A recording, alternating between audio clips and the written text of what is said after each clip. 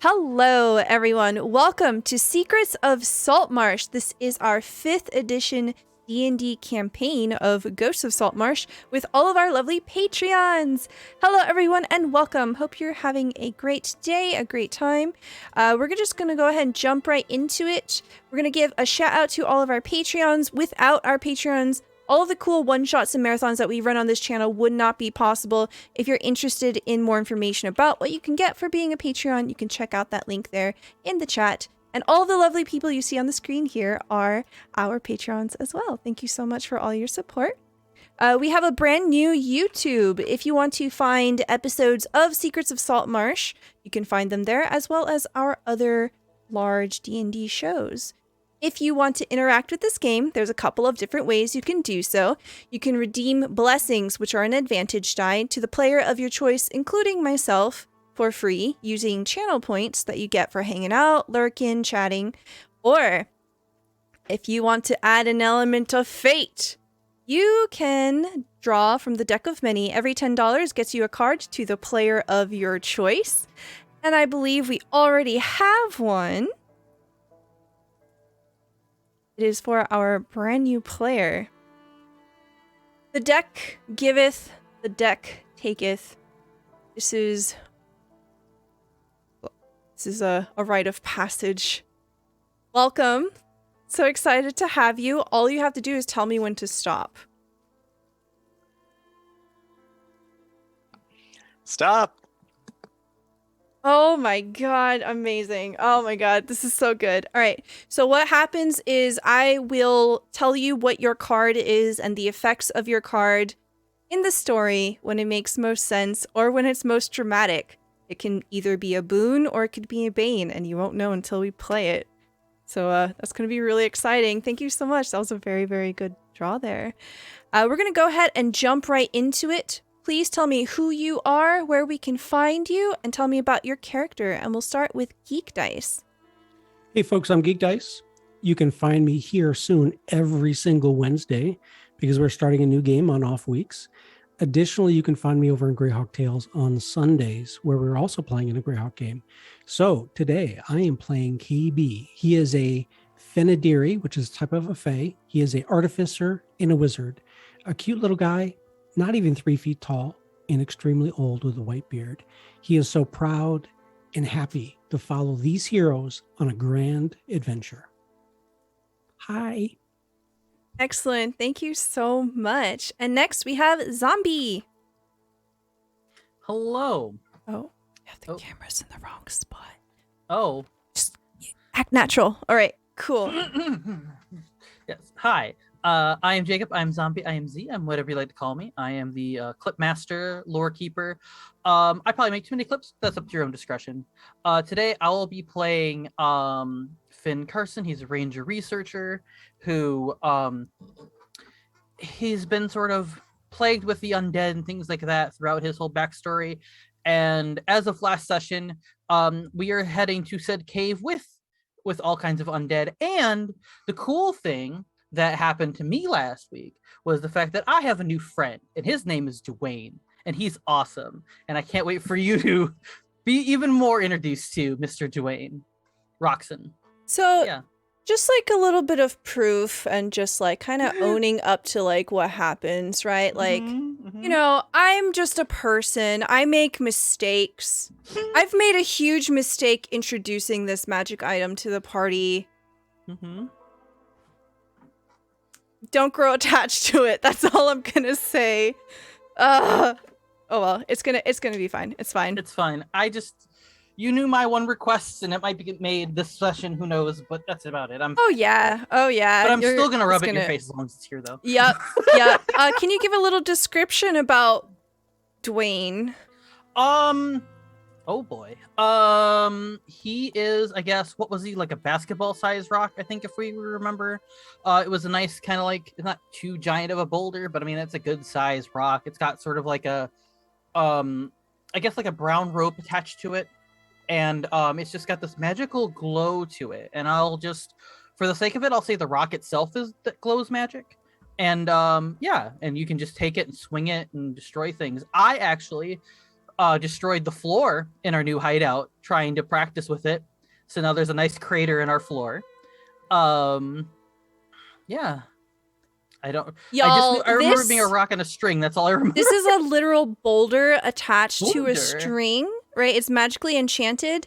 Mm-hmm. It hits with the weight of a 200-pound stone. Mm-hmm. What did I do? Why did I do this?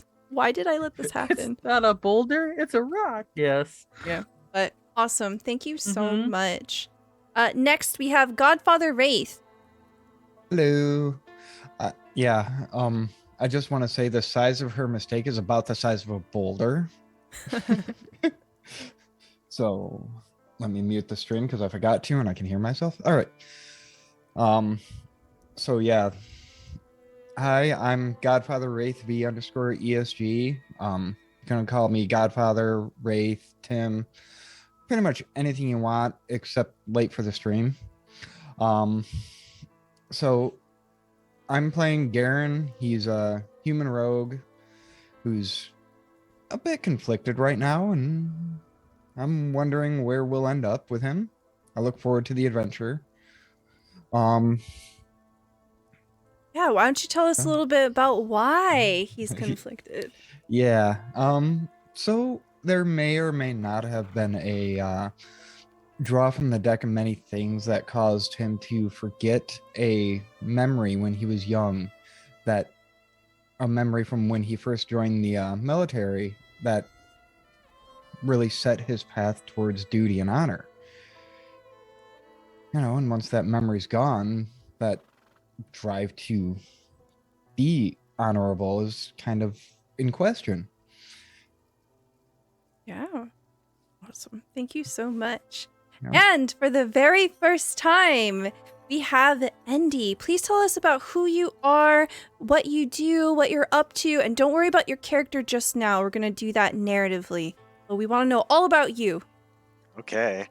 Well, my name is John. I go by Endicarus on the forums, so you can find me by that name on Discord and Facebook and Twitter and Instagram and what have you. I have been playing D&D for a good long time, since I was like 10 or something, which was, about as old as AD&D. And I used to be one of what they used to call the triads for the campaign of Living Greyhawk, which is a 3rd edition Greyhawk campaign for the region of Zeef, which was Western Canada. I still live in Western Canada, and in Vancouver, to be specific, right on the coast, and that's why you see the palm tree behind me. Ah, yes. Okay, it's not exactly true to life, but, if for Canada, we're doing all right as far as weather goes. And I am happy to be a part of Stella's campaign.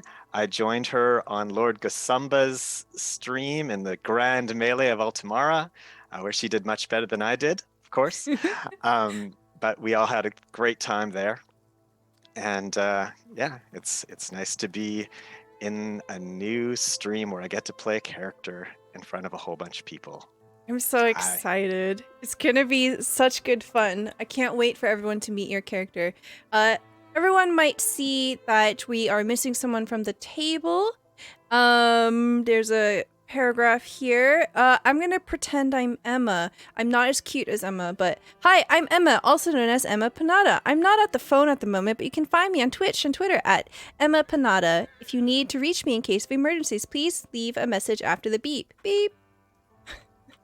Emma may be joining us later tonight. She is currently occupied with some work stuff. So we're going to say, for all intents and purposes, that Arlen is just going to kind of fade into the background, looks thoughtful, is not really going to engage with anyone, and their character will be totally safe there. But our story rewinds a few days before our heroes make their way over to the haunted house. We see the busy street of Saltmarsh. There are a number of caravans moving in and out as the various industries and the various businesses are ferrying their goods. Saltmarsh used to be a quiet place. It used to be a sleepy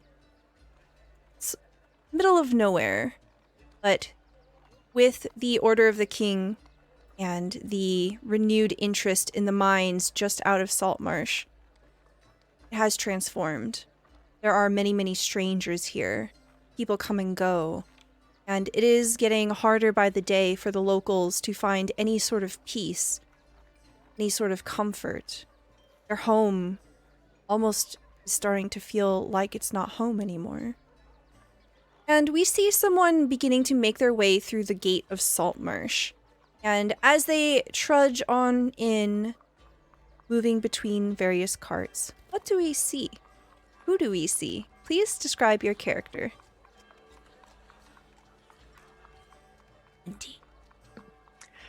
All right, so Paul of Amundfort is a human. He looks like he's got a little bit of all the races sort of mixed up in him. All the humans in the Greyhawk area, the Flan, the Sewell, the Iridian, even the Becloonish. He's got kind of brownish skin, the brownish hair, the brownish eyes, and he's not a big guy. He's maybe 5'8" or so, and fairly thin. He's about 18 years old. Might look a little older than that because he's had a bit of a rough life. But he's also not wearing the most expensive clothes you've ever seen, but he's smiling nonetheless. He's got a couple of companions that are hanging out with him, his pet mouse Buttons, and he's also got a more exotic friend, Penny Sprinkle, who is actually a sprite, who hangs around and protects him from all the ne'er-do-wells of every town he goes into. Awesome. Would you say that it would be kind of like more of a habit that Penny... Is it okay if I call them Penny for short? Sure. Okay, does Penny kind of be a little more covert with their presence, or are they just flitting about recklessly? I think they know well enough to have Penny stay kind of out of the way until things look safe. But Penny is actually quite bold when it comes down to it. And if someone's messing with Paul, Penny will come out and try and defend him. Okay. Does Paul wear a hat? Yeah, he usually wears a hat to keep the sun off or the rain. It's probably not in the best of condition because it's been busy keeping off sun and rain for a long time. But he keeps one on. I like to imagine that there's a tiny hole in your hat, and I think that Penny likes to hide in your hat. So you hear this tiny voice as you're moving through the street. Oh, what are we doing? Where are we going? Well, I don't know just yet where we're going, but you can bet we'll find some adventure. Where would you like to go? Look, if you look to the... Oh, here, we'll put up the map. Boop. If you look over to the right, there's a tavern.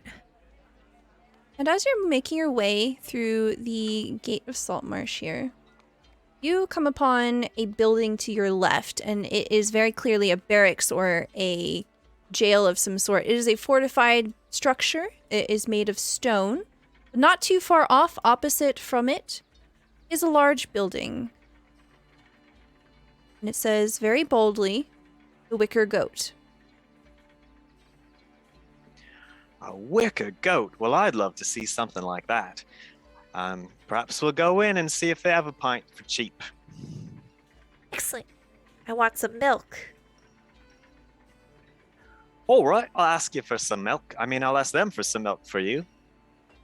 And you can see that there are a number of people moving in and out of the building. Most of the folk that seem to be in this immediate area are dressed as if they are guards. You can see that there are also some laborers as well. And when you enter the Wicker Goat, you see that there are quite a few tables and most of them are occupied. As you make your way over to the bar, you order some food, you order some drink, and you find that everyone here is quite busy. It's bustling. They don't seem to pay very much attention to you. The tender, as soon as the goods are dropped in front of you, they skirt along and begin to attend to another customer. Sitting beside you is a weathered-looking man. He is bald, and he has a scruff of salt and pepper across his cheek, visibly human, dressed as a guard, and he has his elbow up on the counter, and he's just looking straight at you. Perhaps he's sitting right next to you. It doesn't matter how far or close you are. He's just looking at you, and he gives you a big smile. Oh, hey there, friend. Cheers. And I'll hold up my pint of whatever they're selling here. Jeff begins to skirt closer to you and meets your cheers with their own pint, and you hear a hollow think, and they look at it. Oh, looks like my drink's empty. Hell, that's a shame. Oh. It is a shame, isn't it? Well, let's fill her up, lad, over there. Oh, thank you.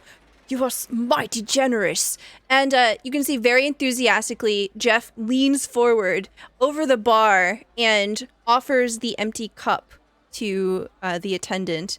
And you can see that they are completely disenchanted. They don't seem to find this odd in any sort of way. They just snatch it out of Jeff's hand and begins to move along to refill it. My name is Jeff. I am one of the guard here in town. What's your name, friend? Oh, my name's Paul of Amundfort.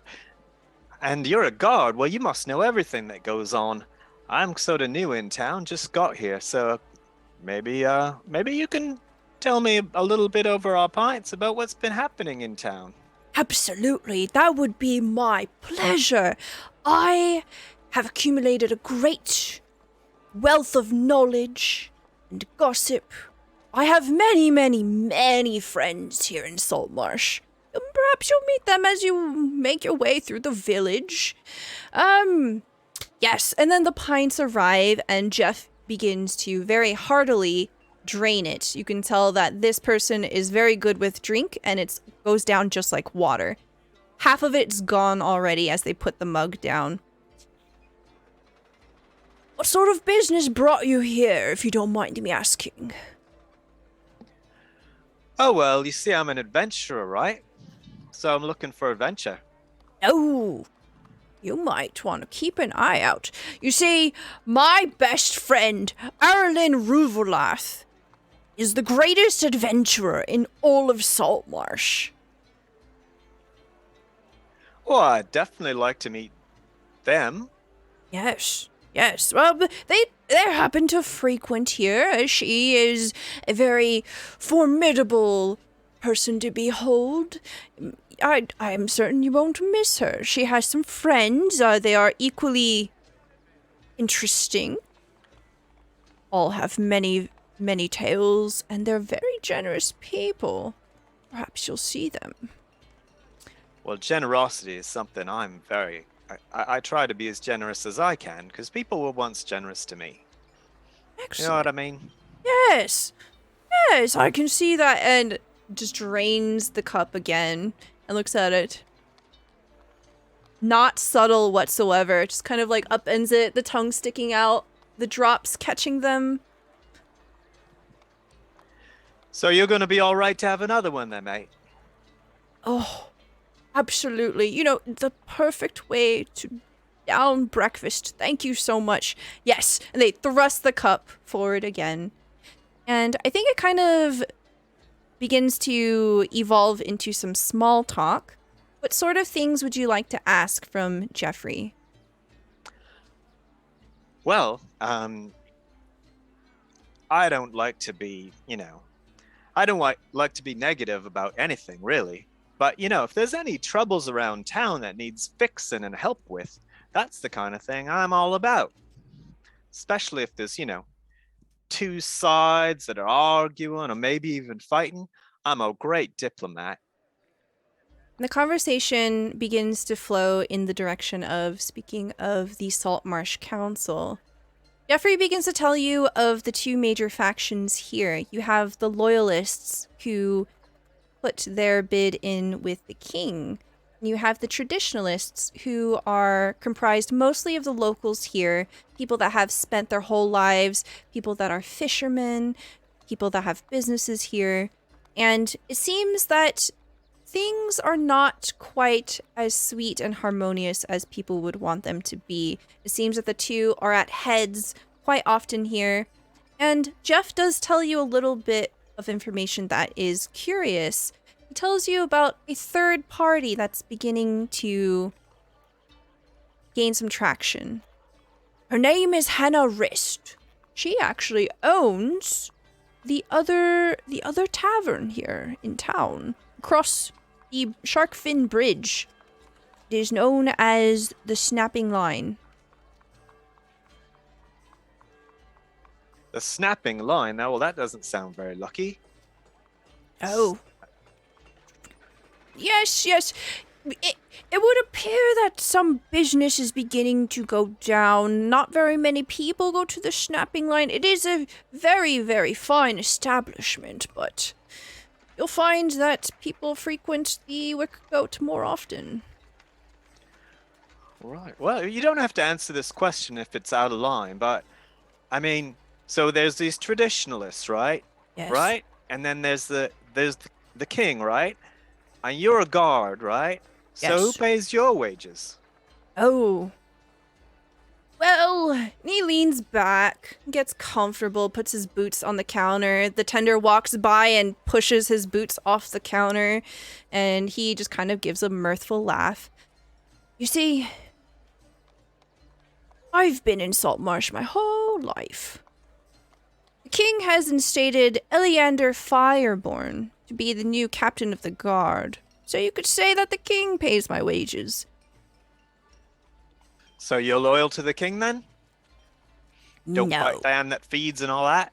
Oh, well, you can see that there's a little bit of a cherry blush on his cheeks. He looks around. He lowers his voice. I'm loyal to my friends. Through and through. Right. And so your friends are the people you grew up with, so you're really a traditionalist. Is that what you're saying here? I'm loyal to my friends. All right. He Understood, I think. slowly slides his empty cup towards you. I see. Well, we're all drinking buddies now. I'll fill you up again. You're Excellent. okay though. You're not gonna fall down and get yourself in trouble if you have another pint, are you? Ah, this is practically water. I've And- noticed that.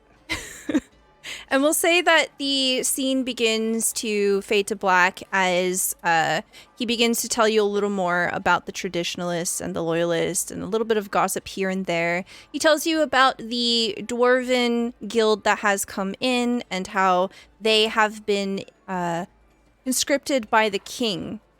So they are led by Manistrad Copperlocks. Manistrad is has a position on the Saltmarsh Council, appointed by the king, more or less put there by the king, and they are responsible for all of the mining operations outside of Saltmarsh. And he tells you about how Eleander Fireborn is also a loyalist. He tells you about Ida Oland, who is the senior member on the council here. Ida Oland owns 3 large fishing boats and has lived here all her life and has been elected 3 times. So it's evidence shows that she is a favorite of the locals here. And last but not least, he tells you about Gelen Primewater. The most prominent merchant in town, the Primewater family is very largely successful. And he tells you that the best parties happen at the Primewater estate. Primewater Estate. Well, that sounds a little rich for my blood. I'd love to have some of those kind of parties, though, if I got the chance.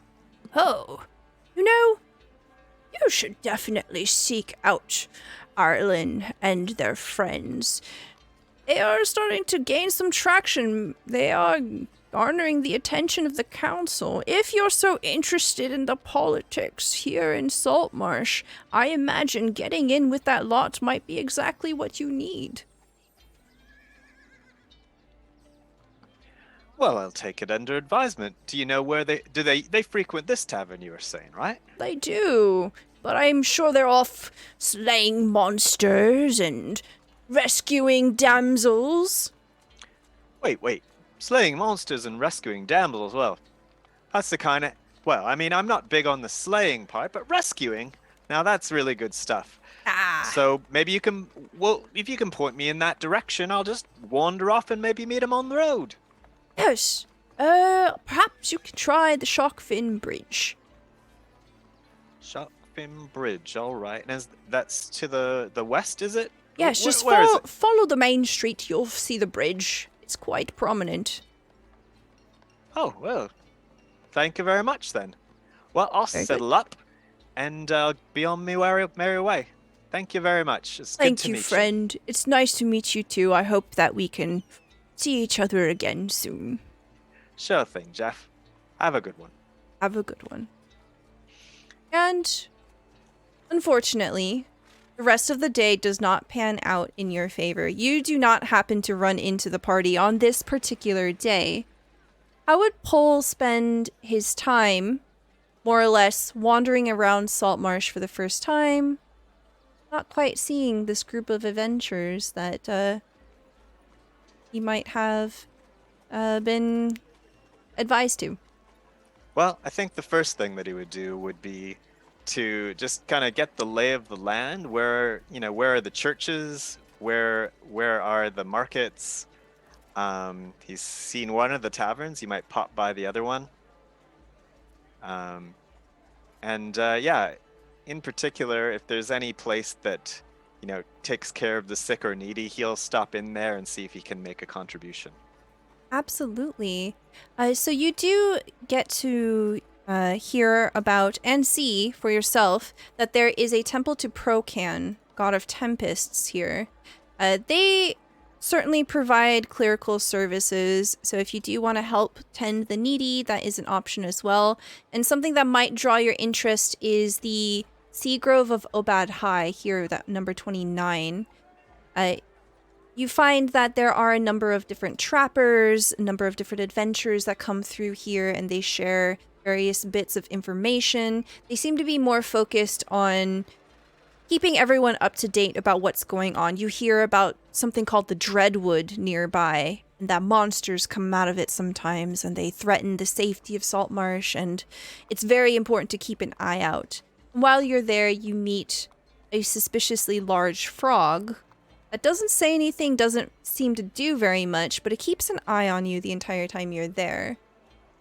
And eventually, the day passes on. You do go to the snapping line and you find that it is a very humble establishment. It seems to be dressed in accessories that seem to have more of a tourist kind of lean. You can see that there are bits of hull on the walls. There are various nets just kind of strewn about. You can see that there's half of an anchor on the wall, a mounted fish, really leaning into the whole nautical vibe. And it doesn't seem to be as scruffy or worn down as the wicker goat. More expensive though, I bet. Absolutely. You can see that there's actually quite a bit of selection of wine on the menu while you're here. You find there aren't as many people attending to this establishment. Glad I didn't meet Jeff here. So, would you imagine Pole would be more drawn to the wicker goat for the night, snapping line, something else, as night draws on? Oh, probably go back to the wicker goat. He's not rich. See if he can get a room there. Excellent. He was interested in that big frog, though, and since he has a spell that lets him speak with animals, he might go for that and say, "Hello, Mr. Frog," when he's on his way back. Yeah, absolutely. So we'll say that it's about dusk when you go back to the Sea Grove of Obad High, and as you approach the frog, you find that there's nobody else here, but the frog attends the grove. The frog is situated right next to a wooden shrine, and you can see on the front of the shrine is the carving of an old man, a green beard. Instead of having hair for a beard, you can see that there are oak leaves that sort of sprout out from around a weathered, wrinkled face. And the frog looks at you with these beady, unblinking eyes. And as it opens its mouth, you hear a voice, and it says, "Hello." Hi there, Mr. Frog. Pleasure to meet you today. "What can I do for you?" Oh, well, I just noticed you watching me from while I was walking by, and I thought maybe you wanted to say something to me, so I thought I'd, put on my magic, and, well, since I've got it all set up, maybe I'll introduce you to my little animal friend. This is Buttons the mouse, and, Buttons, you could come out. You want to say hello to... Sorry, did you have a name, Mr. Frog, or should I just call you Mr. Frog? Or are you a frog or a toad? I'm not always so good I with am animal a names. bullfrog. My name is Loris. What does it look like when you cast your magic, when you cast Speak with Animals? You can take total creative liberty here. So I think he actually puts his fingers in his mouth and turns his tongue upside down and turns it upside down the other way, and then kind of wiggles it around, and then just kind of starts making sort of clicking and chirping noises like a squirrel. And then it sort of starts working in other aspects of the animal, whatever one he's trying to talk to. It's So a little when customized. when you use Speak with Animals, what do other people hear? Do they hear you making animal noises, or does it sound like common or whatever language you want? No, I think it sounds like me making weird animal noises. Okay. Very important. I love it. Cool, cool, cool. Yeah, so they say that my name is Loris. I am an ancient guardian of this sacred place. It is my sworn duty to keep an eye on all creatures that walk these grounds. Well, it's truly a pleasure to meet you then, Loris. Um, have you seen anything disturbing recently that you'd like something done about? I've come here for adventure, but it doesn't seem like there's anything going on, really. The frog actually does its best to look up. It's very... I don't think he has a neck. So this looks very strange. You can see him like craning his whole body up, and he's trying to look up at the sky, and he says, "Something strange has happened. It isn't going to rain." And you expected it to, but it's not now. And that's strange. Is that right? Yes, something has changed. The air is different. Well, that's certainly good information. Thank you very much. Is there anything else you'd like me to know? Is there anything I can tell you? I have been traveling down from the south a bit. Do you have food? Well, let me see. What do you like to eat? Bugs and stuff, I bet. I could go try and Anything. find some bugs. Anything. All right. Well,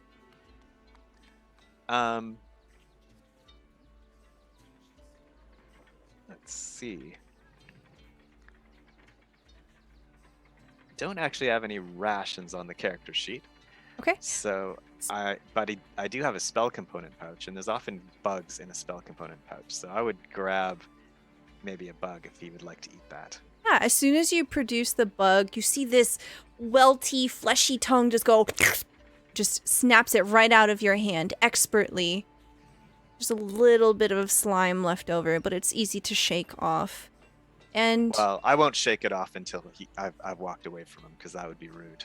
Okay, excellent. I love that. So you see Loris just kind of watch you dispassionately, unmoved by this gesture. I was looking for some other adventurers that seemed to be traveling in a group. I didn't really get a description of them. I guess I should have thought of that. But did you see any people who look like, sort of well equipped and off to do good? So here's a question to the party. Who interacted with Loris? Because I don't think it was the whole party that did. Garen did. Or no, with Loris? No, Garen was with Farron. I don't know any of us interacted with Loris. So I remember the very first time that you met Farron, that this halfling druid that is currently not at the Grove, Farron ran out of the tavern after recruiting you and then jumped onto the bullfrog and rode it away. I can't remember if anyone was outside. Oh, that's bigger than I thought it was then. Yes, Oh, yes. this frog He- is the size It was- of like a large dog. That was in the tavern, right? No, he The- never the- went into He, the tavern. the frog didn't go in the tavern. The frog didn't go in the tavern. Okay. But did we interact with him when we went to the Grove later? I think we saw him. Yeah, but I I don't think think KayBee That's- probably waved at him, but KayBee wasn't getting anywhere near somebody could swallow him. So Emma, that's what I was thinking. I thought it was just Arlen because I could remember a time of all of us being upstairs somewhere and Arlen interacting with someone with a bullfrog, and I thought it was at the Wicker Goat. Okay, yeah, But yeah, maybe yeah. I was Okay. wrong. Nope, you're right. Okay. Okay. So, yeah, so Loris looks thoughtful and says, no. You can see on the other side of the statue is something a bit strange. It immediately catches your eye. You see a nest of leaves, and nestled quite protectively in it is an enormous egg, almost the size of Loris. It is mostly tan in color with purple spots.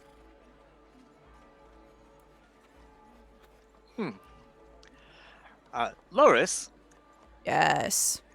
do you know whose egg this is over here? Sort of left alone in a nest? It has no owner. It is owner of itself.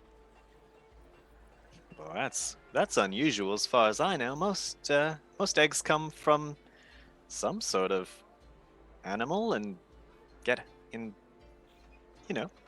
at least this looks like a bird egg, right? Or does it look more like a... It is not Frog egg. food. I agree. I was Um, commanded to not eat it. Well, it looks like you've stood by your word, so that's good. I am That's- a very good frog. I'm glad to hear it. I try my best to be a very good man. Sometimes I succeed, The frog has no questions for you. All right, well, I'll see you later then, Mr. Loris, and have yourself a good day. And I'll go back to the inn and try and get myself a room at the Wicker Goat. Yeah, you find such a thing without any difficulty. And the day passes by. The next day, we'll say that you're having breakfast.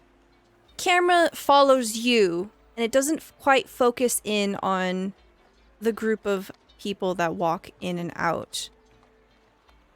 So what we see as an audience is Pole tucking into breakfast, and a couple tables down, we see Arlen, KayBee, Garen, Finn, talking about, we have a meeting at the Saltmarsh Council.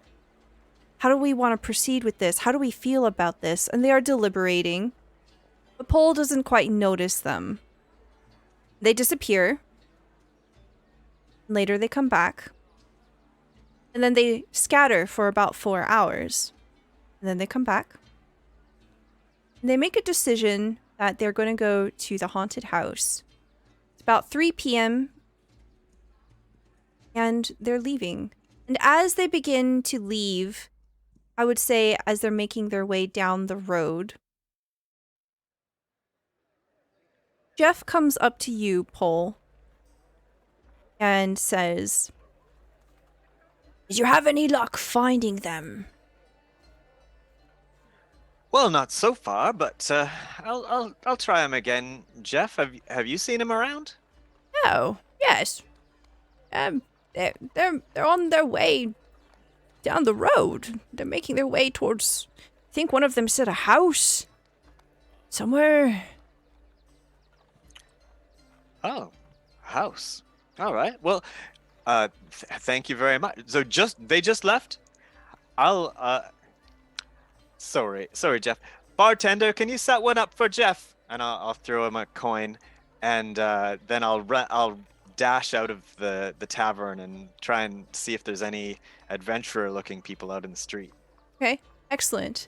Yes. So you see Jeff just immediately gets stars in his eyes, and he sits down, and he sits down in the same chair that you have seen him the entire time you've been here in Saltmarsh, and screen fades to black.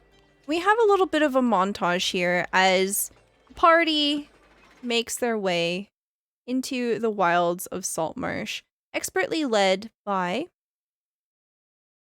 Garen.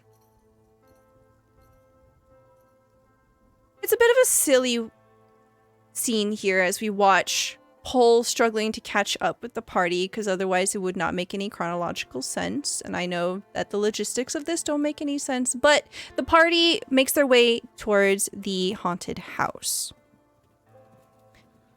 And as we are at the haunted house here,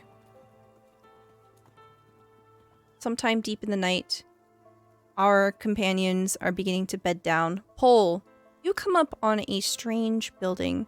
You are on the coast here, and it is dark. The sea wind buffets against this dilapidated, worn home that is very clearly abandoned. You can see it groaning in complaint, seeing it lean to the side, beaten by the salty wind. A set of stairs lead up between ruins of a stone wall. There is a garden that hasn't been attended in some time. You're pretty sure this is the only thing in the area that could have drawn their attention. They must be here in this building. And you finally arrived.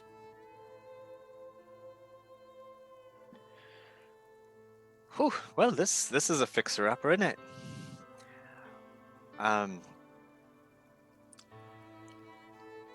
Now, what time of day is it at this point? Is it evening or? It is night. It is probably almost midnight. All right. Well, I'll definitely want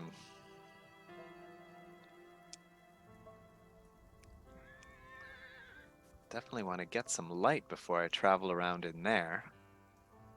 Yeah, you see that it is quite bright tonight. Mm-hmm. The sky is very clear. The moonlight washes down in a milky bath, illuminating the steps, and you can see that there are a number of very large holes in the roof of this building. You can see that it is easily two stories tall. It has an attic as well. But it is dark, and you don't see any sources of light within from where you are right now. Well, that is dangerous, and I didn't bring myself a torch or a lantern or anything, not even a candle. Silly me. Wow. You hear a tiny voice coming from your hat. Penny flits out from the hole and begins to hover in front of you. You want me to go check? We can go have a look. Make sure it's safe. Well, that would be lovely, Penny. Well, be careful, though, and be nice, all right? You see her wink out of existence as she casts invisibility.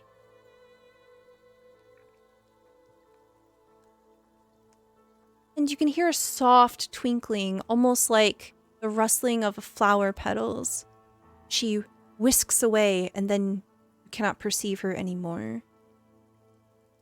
Camera follows this tiny body, just weaving between the various walls and holes and open doors. And eventually, this invisible shape hovers over a set of stairs. Boldly, she dashes forward. She makes her way down. And she peeks around a door frame and sees a number of people sleeping on bed. Her eyes curiously glance over to what looks like a deer. Can you describe to me what this looks like? Hey, who's on watch? Somebody's on watch. It was established that you would take turns. Yeah, I know that Garen is taking last watch or morning watch, so he can do his morning routine. I don't know This how is many other middle watches. watch. Yeah. Uh-oh. Aaron said nope. Garen said nope. I guess for the sake of right now, I guess I'll take the other watch. Okay. I'll take the mid watch. I know KayBee did the deer, made the deer on the first watch, so I guess I could do mid, and then Garen could do morning. Okay. So describe to me what this looks like. Sorry, chat. Looks like we lost Godfather. So the deer looks like it is well shaped, wood and metal, and it looks like a natural deer, other than it's made from other materials. And its head hangs low. Its head rests on the floor, as if it's sleeping, in a standing position. Okay. Immediately, Penny Sprinkle begins to flit back towards Pole, and Pole, all of a sudden, you hear the tiny voice of your companion. There's a deer downstairs. A deer? Like with antlers? Does your deer have antlers? Yes. Yes. Did not Oh. see me. Well, that probably means one of them's a druid. Oh, I like druids. They get along with animals. one of them is awake. Well, There's nothing let's- else in the house. All right. Did you notice any, holes in the floors that I need to watch out for if I'm going to go up and approach? Yes. I don't want to fall in or crack anything. Yes. Hold my hand. All right. I'll lift up my hand. Yeah, she'll basically take your finger and she'll just kind of hug your finger, and you feel her just pulling very, very minutely as she leads you through the house. It is very slow. You probably don't actually need her help here. You can see once you enter the house that it is very broken. You see that bits of the walls have come down and moonlight does filter in. She leads you to a set of stairs that go down from inside the kitchen. All right. Well, I'll follow Penny because she knows what she's doing, but I'm still fairly tentative because seeing my way in the dark is kind of scary. I usually sleep at night.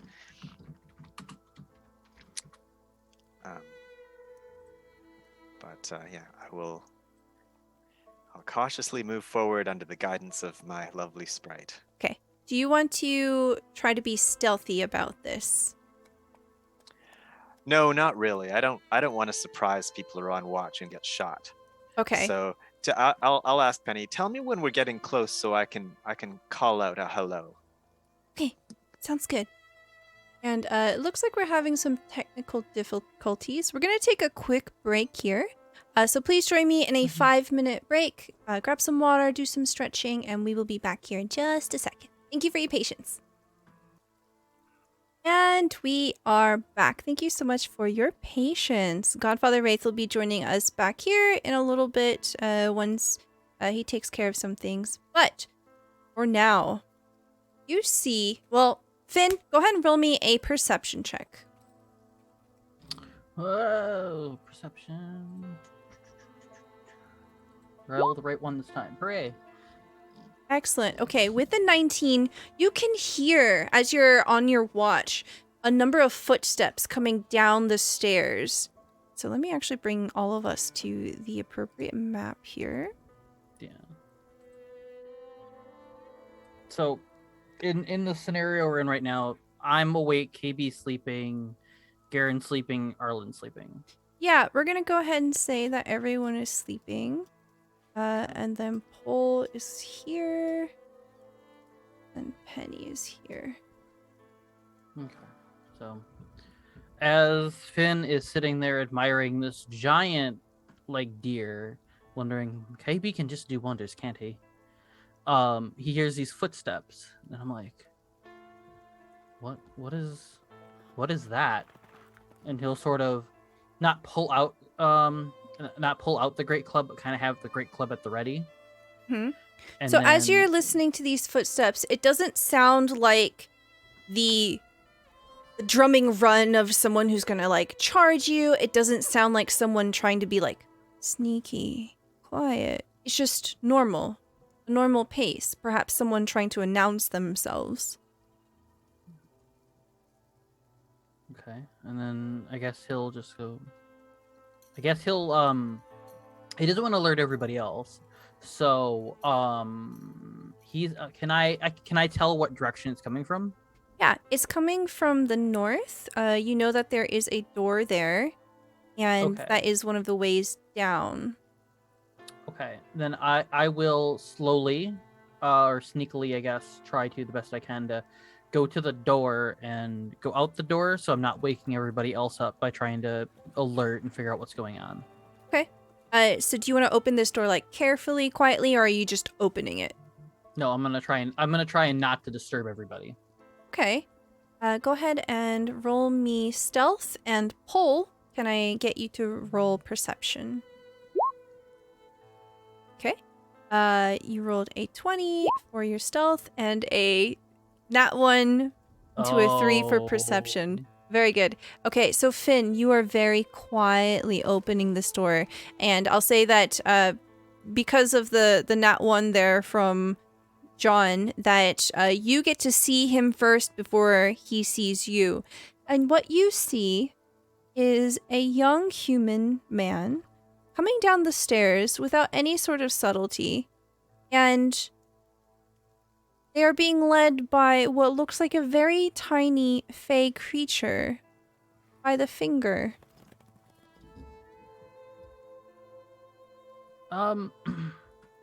Hello, can I help you?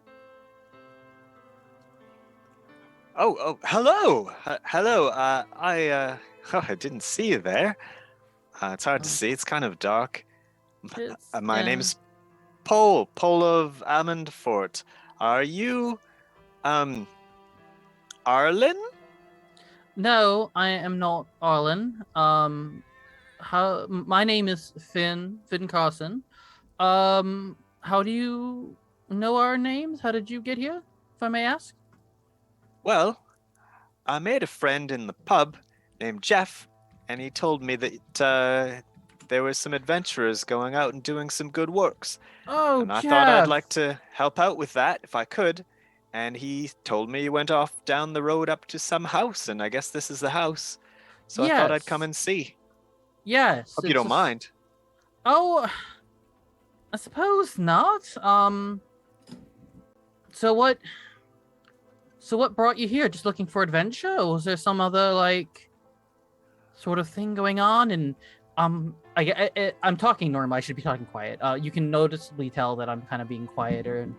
And Oh, people are sleeping. yes, I'm so people sorry. People are sleeping over there. I'm so sorry. I'll keep it down. Yeah, I got a little excited there myself. I'm sorry. Yeah, there's people over there that's sleeping. I'm sort of on a watch to make sure that nothing really bad goes on. That's good Oh. policy. Good policy. Yeah. And then I'll notice the little like fairy thing flying around, and I'll go, "Oh, who's your little friend there?"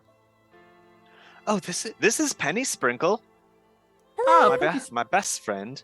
Oh. That's not very fair. And this here is Buttons, and I'll pull a little mouse Oh. out of my collar. that little mouse thinks as cute as a button, isn't it? It is, hence the name. That's a nice name. I like that. I heard that you have a pet deer in there, or somebody does. Oh, well, I don't know if it does anything other than just prop up one of our people, KayBee. He's an excellent builder. And he points down to his boot. He actually made me this fancy boot here.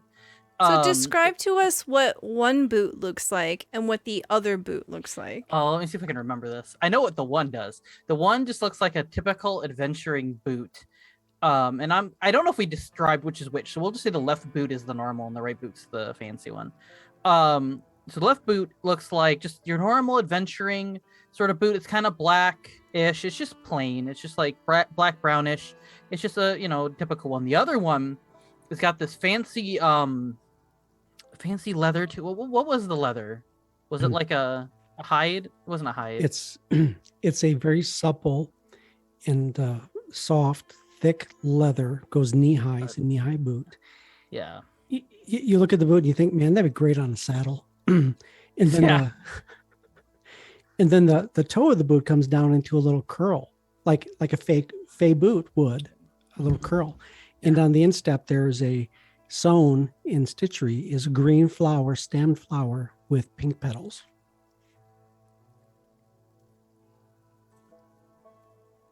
That's pretty fancy. That is indeed fancy. I like that one. Yeah. I like that one.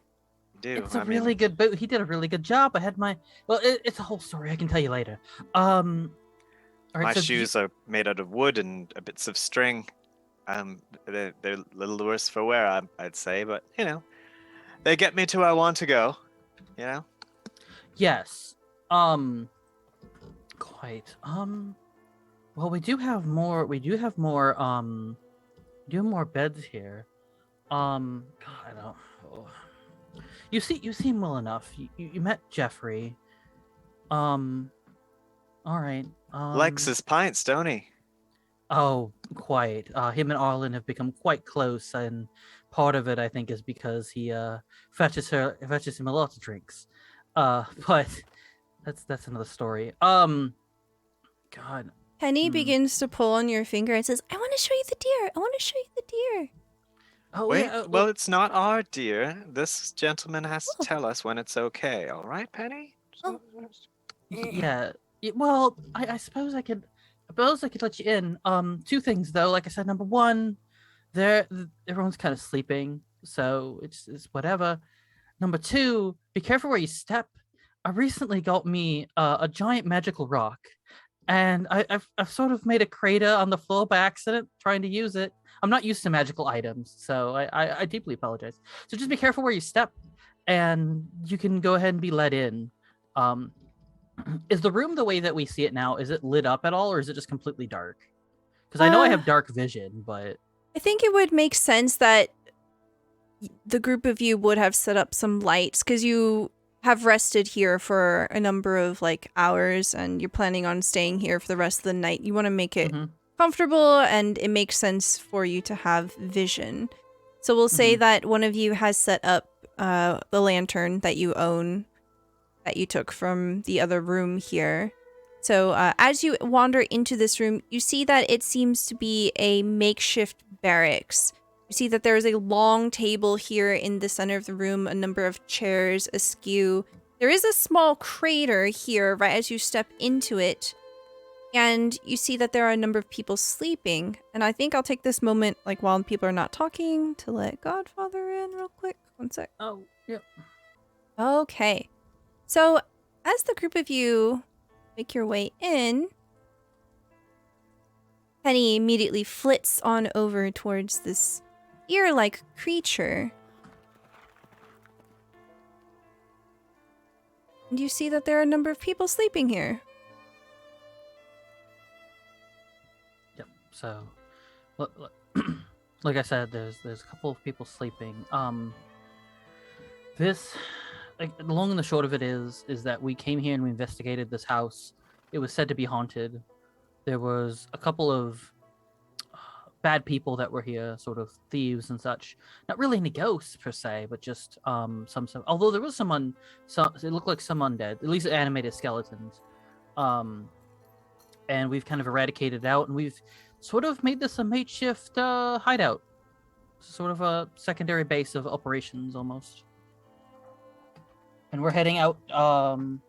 We're heading out tomorrow to a cave that possibly has undead sort of attached to it. That sounds creepy indeed. Undead. Oof. I haven't had to deal with them before, but I've heard terrible stories. Oh, one of the things I've researched a lot of is undead due to some things in my past. One of them was my village sort of got ravaged by them, so it's been a little. It's been kind of personal for me to try and figure out what this is and try and stop it, or at least figure out where it comes from, you know. And so this is where it's sort of leading with us. As the two of you are talking, Penny has made her way over to the deer and very carefully pokes the deer with a tiny finger. Does it do anything? She pokes it, and you hear a voice. You hear KayBee's voice. Security system activated. Please step away from the Oh no! Are you serious? Please step away from the vehicle. What? It's got a car alarm. It's a deer You see alarm. Penny just like immediately zoop back over towards Pole and just dives right in through the hole in his hat and disappears. Oh no! Oh god! What just happened? I don't know. I didn't know it made noise. Oh, good lord. I guess he'll kind of run over to the deer and he'll kind of look at it. Is there a way to shut it up? And as I'm like trying to look the way, see it shut up. Do I see anybody wake up? Is anybody waking up from this? I think Garen would wake up from this. It only plays once. Oh, okay. Oh crap. And I guess as you wake up, Garen, you'll just see kind of Finn looking at it, like try to look up and down under it. How the hell did? What are you doing? What's going on? What? Wait, who are you? Where did you come from? Hold on. He came. Jeffrey sent him this way. He's looking to adventure at some point. He wanted to join our group. I was just bringing him in here to sort of quietly talk to him about these stuff, and there's a little, I don't know where it went, but he's got like a little sort of magical friend that sort of, I think, booped its nose and it started like going off. I was at least gonna offer him a place to stay tonight, and I was gonna ask you all when we woke up if you want to bring a group vote on to bring him on, but I suppose now is a better time than any. Sorry. Now is not a good time. Oh, Hi. Hi, KayBee. Well, Hi, I'm KayBee. You can call me KayBee, or you can call me Kissing Me Bright Bloom. Your choice. Oh, what do you prefer? You don't mind either way? KayBee is good. All right, KayBee. Well, it's a pleasure to meet you. My name's Paul of Amundfort. And this is Penny Sprinkle. Come on out, and this is Buttons. When I see Penny Sprinkles, suddenly you see that I extend my arms out in each direction, and I bow the deepest bow you can imagine. My beard touches the floor. I say, "Your Majesty." Paul gives Penny Sprinkle a quizzical look. Yeah, I think Penny makes the same look right back at you, like a, What's their deal? I'm sorry. What'd you say, ma'am?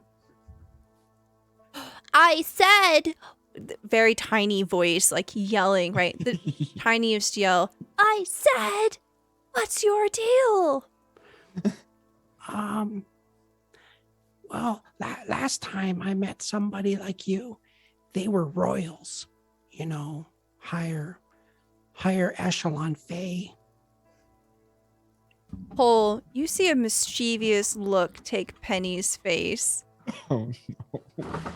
Don't even. So you sort of slink back into your hat. I'll tell you this, Penny ain't royalty. I don't think anyone with the name Penny is gonna, it would be gold, at least silver, if it was gonna be royalty there. Well, all the Fae got really. I know humans think they're funny names, but they're like special places and special things. That's like the way of the Fae. Well, I mean, Penny's a good friend of mine, and I wouldn't want to, talk her down in any way, but, she doesn't.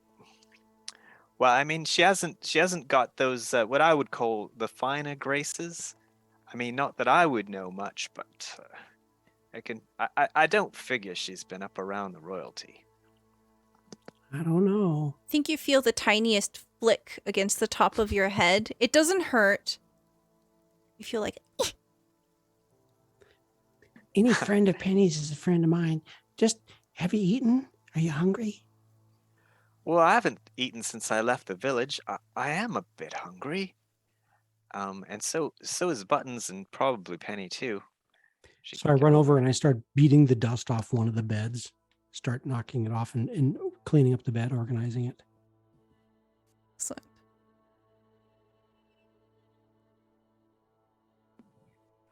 So I hear you've been running afoul of the undead over here. Sounds very dangerous. Yeah, it's a job for heroes. That's why I'm with heroes. I'd like to be a hero. I hope some of that'll rub off on me. If I'm allowed to travel with you, I promise to do my best to, well, keep everyone alive and healthy and doing well. Well, when you got a leader like Erilyn, look at her. She's just still sleeping. Confident. She knows what's going on. I'm not Yeah. going to presume to roleplay on Emma's behalf, but I'm pretty sure Ireland looks really cool right now. Yeah. Wow. Well, I mean, anyone who can sleep through this must be confident. Yes. Yeah, quite. Fantastic. She's sort of the leader of us. That's why I didn't want to, I wanted to have a group discussion. But I don't know. What do you and I just just surprised the heck out of me. Well, I didn't mean to. I wasn't trying to be sneaky enough, and I was just, walking, but I can't really see, in the dark. So Yeah. I was having Penny lead me along. Didn't want to go too fast or anything. So if I startled you, I'm sorry. But I think more you startled me. You seem, well, I mean, I couldn't see in the dark, as I said. True, and I mean to do that too. I'm sorry about that. All right. Well, I mean, he'll look at KayBee and he'll look at Garen. Well, I suppose we could. Would you all at least be okay with him staying the night with us now, and then sort of maybe discussing more in the morning that what we do? Yeah, let's sleep on it. Okay. I'm good. I'm going back to bed. Okay. All right. Well, then go ahead and he'll point to the different empty beds that are left, and Finn will go ahead and sleep wherever you want, and please don't touch the deer again. That's all I ask. You heard the man. Bye. Okay. KayBee digitates your pillow. The pillow is nice and fresh. The rest of the bed is kind of musty. She was probably just going to use the pillow anyway, so. Yeah. All right, go ahead and pick a bed. Right. Feel free to move your token. Well, I don't want to presume to get too close to anybody over here, so I'll go over here. Nobody's really using this one, and no one's using this one, are they? No, not at all. And we'll say, yeah, that's the one that our dear KayBee has gone over. Can I get a perception check from you?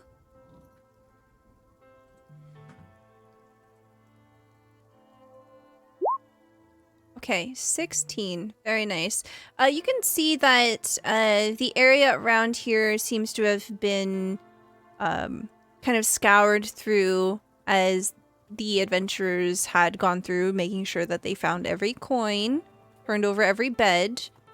You do see that there is a suspicious black heap in the corner of the room. It's kind of indistinguishable. But no one seems to be paying attention to it at the moment. Penny kind of plops down onto the pillow and makes a small imprint of their pixie body on the fluffy, fresh pillow. What does it smell like now, KayBee? Like fresh lilac. You see her like face plant into it. I'm sure she makes a pillow angel. Exactly. Well, this is pretty nice living, isn't it? It is. We made the right choice here, Paul. This is good. This is good. And cheaper than the inn. Yeah. They're not charging us, are they? Well, I imagine we'll have to work it off, but that's all right. We're good hard workers, aren't we?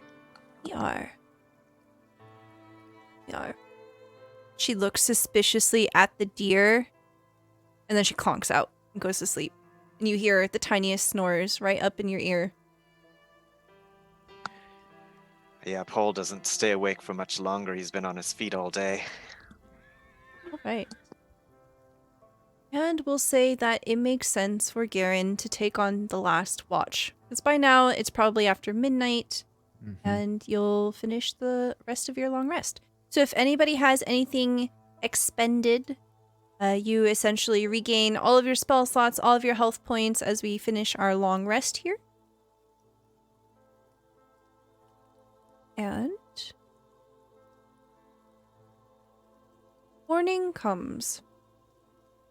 You find that the rest of the evening is uneventful.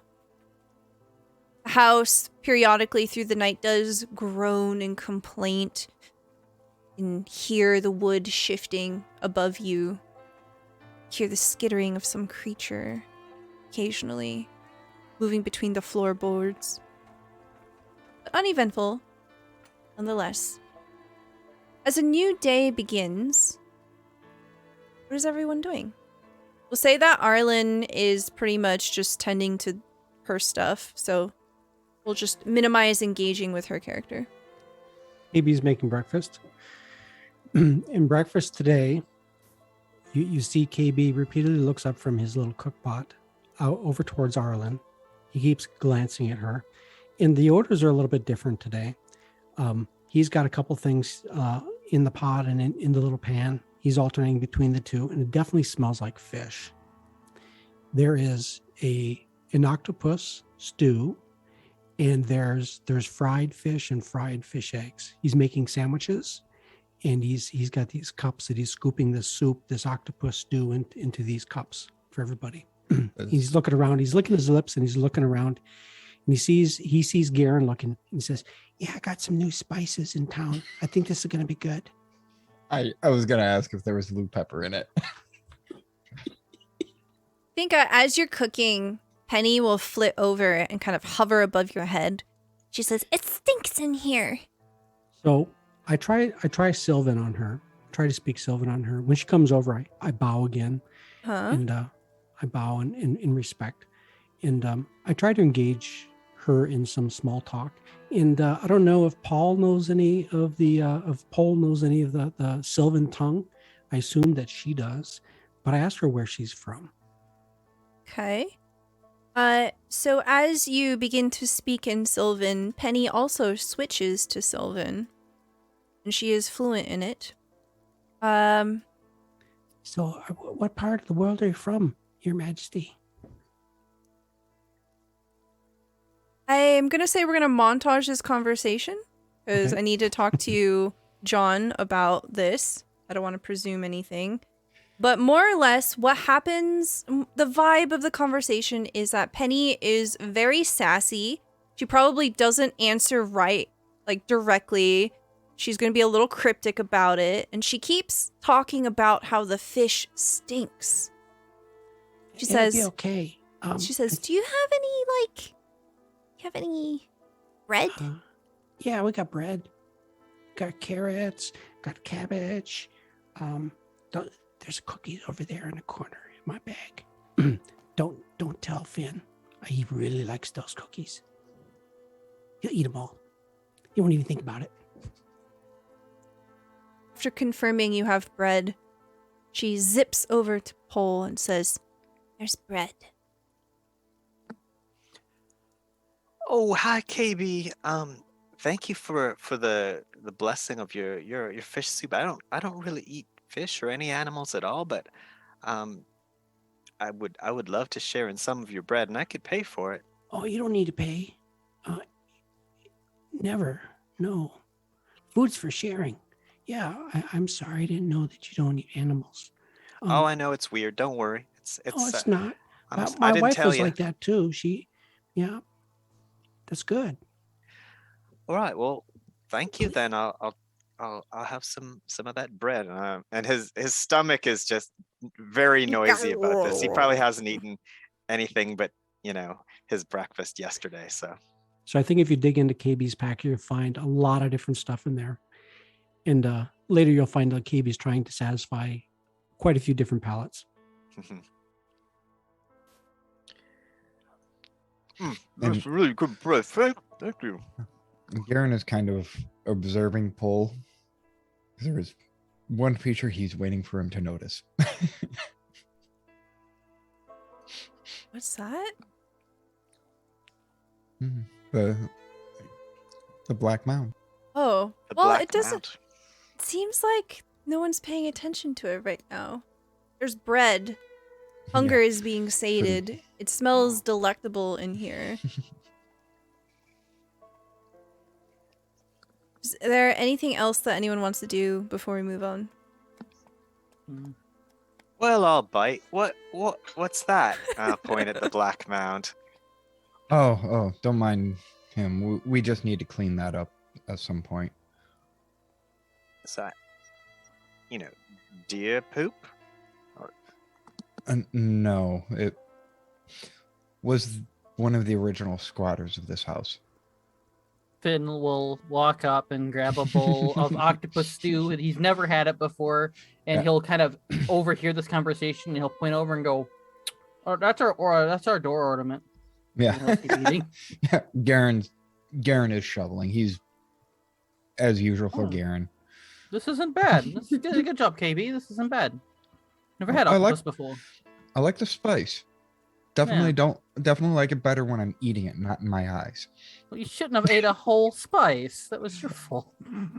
I didn't eat it. It popped.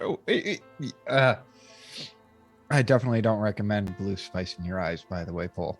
Well, I wouldn't want any spice in my eyes, really, or any things in my eyes at all, really. I definitely agree with that. Paul seems like a very smart man. I'm liking him already. Right?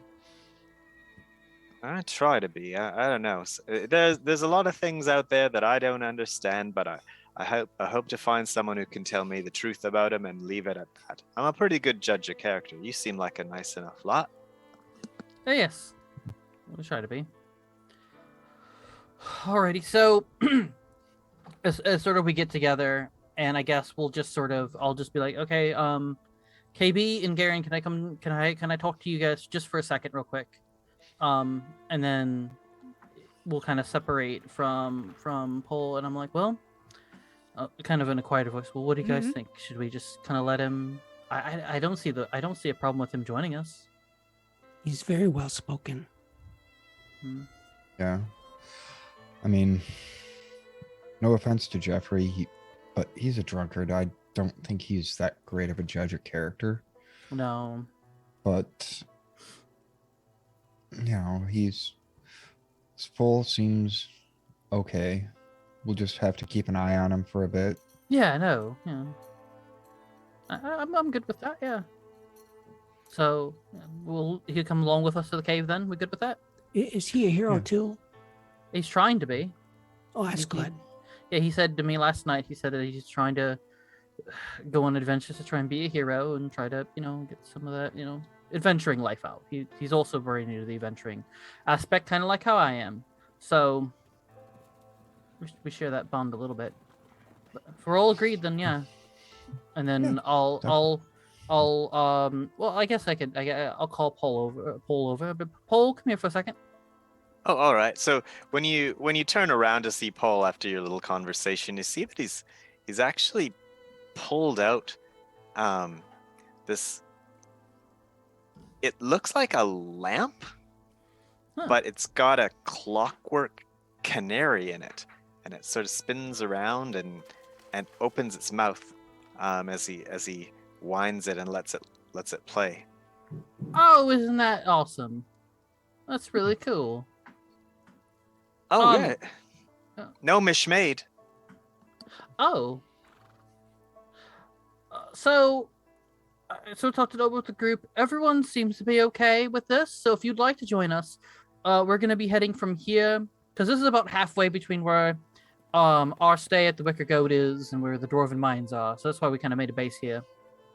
If you don't mind joining us, we're going to go to the Dwarven Mine where there's said to be undead and stuff there. So if you still feel like joining us, we're more than welcome to have you. Well, I can't say no to that now, can I? That's a brilliant invitation. I'd love to join you adventurers and explore caves and fight the evil undead and such. Excellent. Nice. So as the group begins to pack up your belongings and make your way for the road onto adventure, who wants to lead the way? Say Garen, as usual, would step up. Go ahead and roll me a survival check as you lead the group and begin to maneuver through the wilderness here. With a 26. 26, very good. Yeah, you absolutely have no trouble here. You manage to lead the party back down towards what is kind of like a road, something close to it. And eventually it does lead to a path, a more well-traveled thoroughfare. And you begin to make your way towards the direction of the Dwarven Mine. And as you do, you find that the day, the hours, as they begin to pass on, there's a sort of baking heat that wasn't quite here before. You find that the sea wind doesn't seem to be carrying as much humidity. It is salty, it is whipping. You see that there isn't a single cloud in the sky.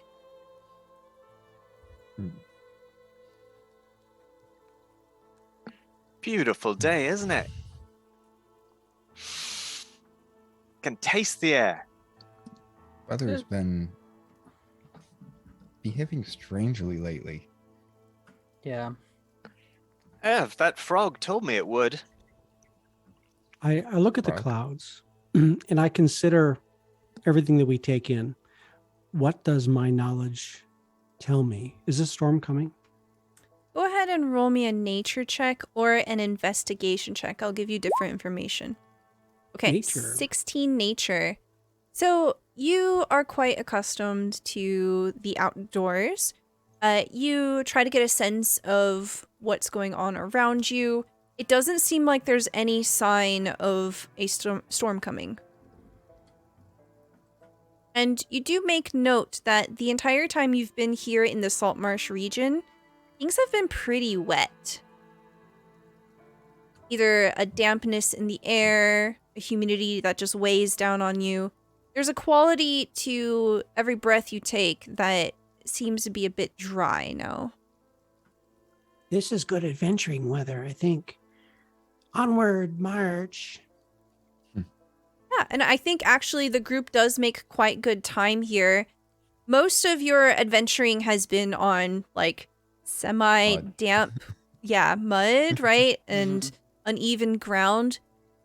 The dirt underneath you is solid. It has been baked hard. And as you make your way towards the mine, you find that the road leads to what appears to be a steep hillside near the shore. In the distance, you can see a broad shaft erected into what appears to be the side of a large fortification. There are stone walls encompassing the mine shaft, and there are 2 guard towers overlooking what looks like a main gate. There are 3 other towers spaced evenly around the perimeter.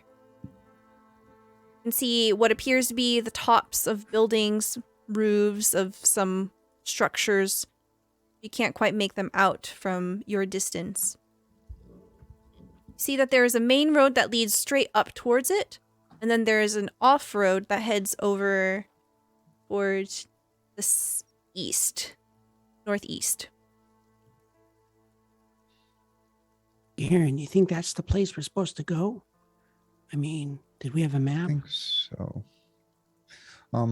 It was a letter with a description, correct? Yeah, so you opened this parchment that was handed to you by Anders Solmore. Yeah. And it does detail that the job is going to be at a location that's an offshoot of the main mine. So it doesn't say that it's part of the main mine itself. Okay. Mm-hmm. So I guess out of character, there is a mine in the area around the village of Saltmarsh. Do we believe this is probably what we see here? Yeah, absolutely. Okay, gotcha. Yeah, you see that there are a number of carts like moving out and in it. There are sounds of industry being carried on the wind. This is an active work site, and you can tell that there are probably very many people here. Yeah, so not the one we're looking for, but near No. here. Yeah, I think we're getting close, but I'm not sure if this is the one. Yeah. Yeah. So, should I roll perception or survival to try to see if look for any signs of where we should be going? I'll carry over the 26. So you get the sense that you probably want to take the off-road. It's probably going to take you where you want to go. Okay. All right. Yeah, I think let's head this way. Okay. And Garen heads down the side road. Okay. The So road less traveled. yeah. So as you do, you pass by what appears to be this fortification around the main mine. You can see that there are a number of guards that are currently posted at the tops of these towers. And they sort of eye you as you make your way past without engaging or coming too close.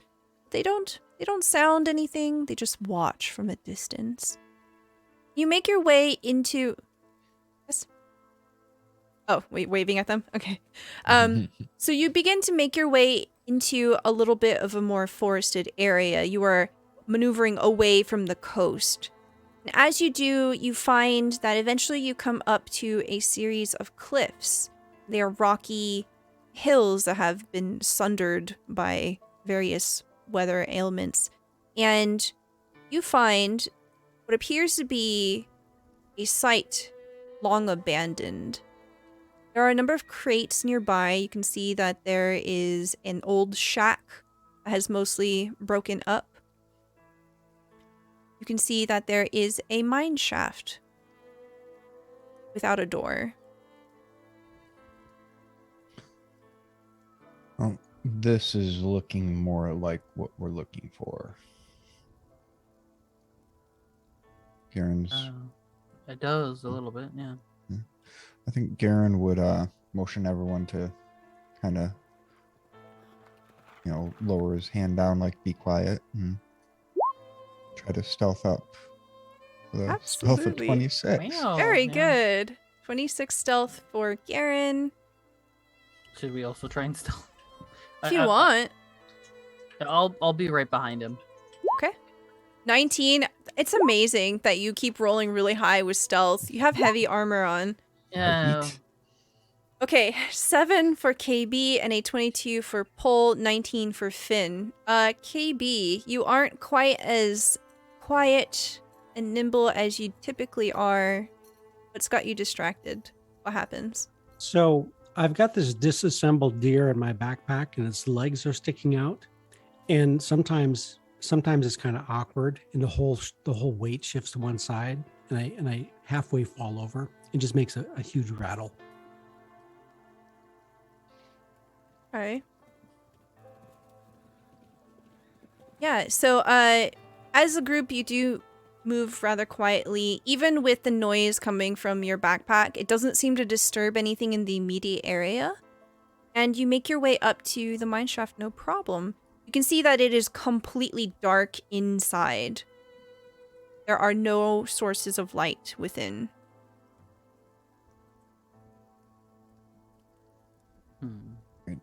I think I will need light in here. Do we still have that lantern? I don't. I can give you some light.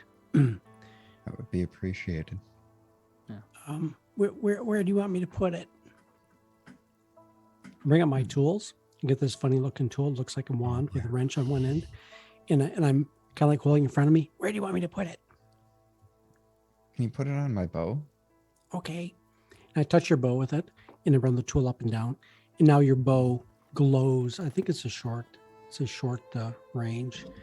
5-foot radius, bright light, and then dim light an additional 5 feet after that. Okay. Oh. Ooh, I hope that doesn't impede my ability to shoot. I didn't think about that.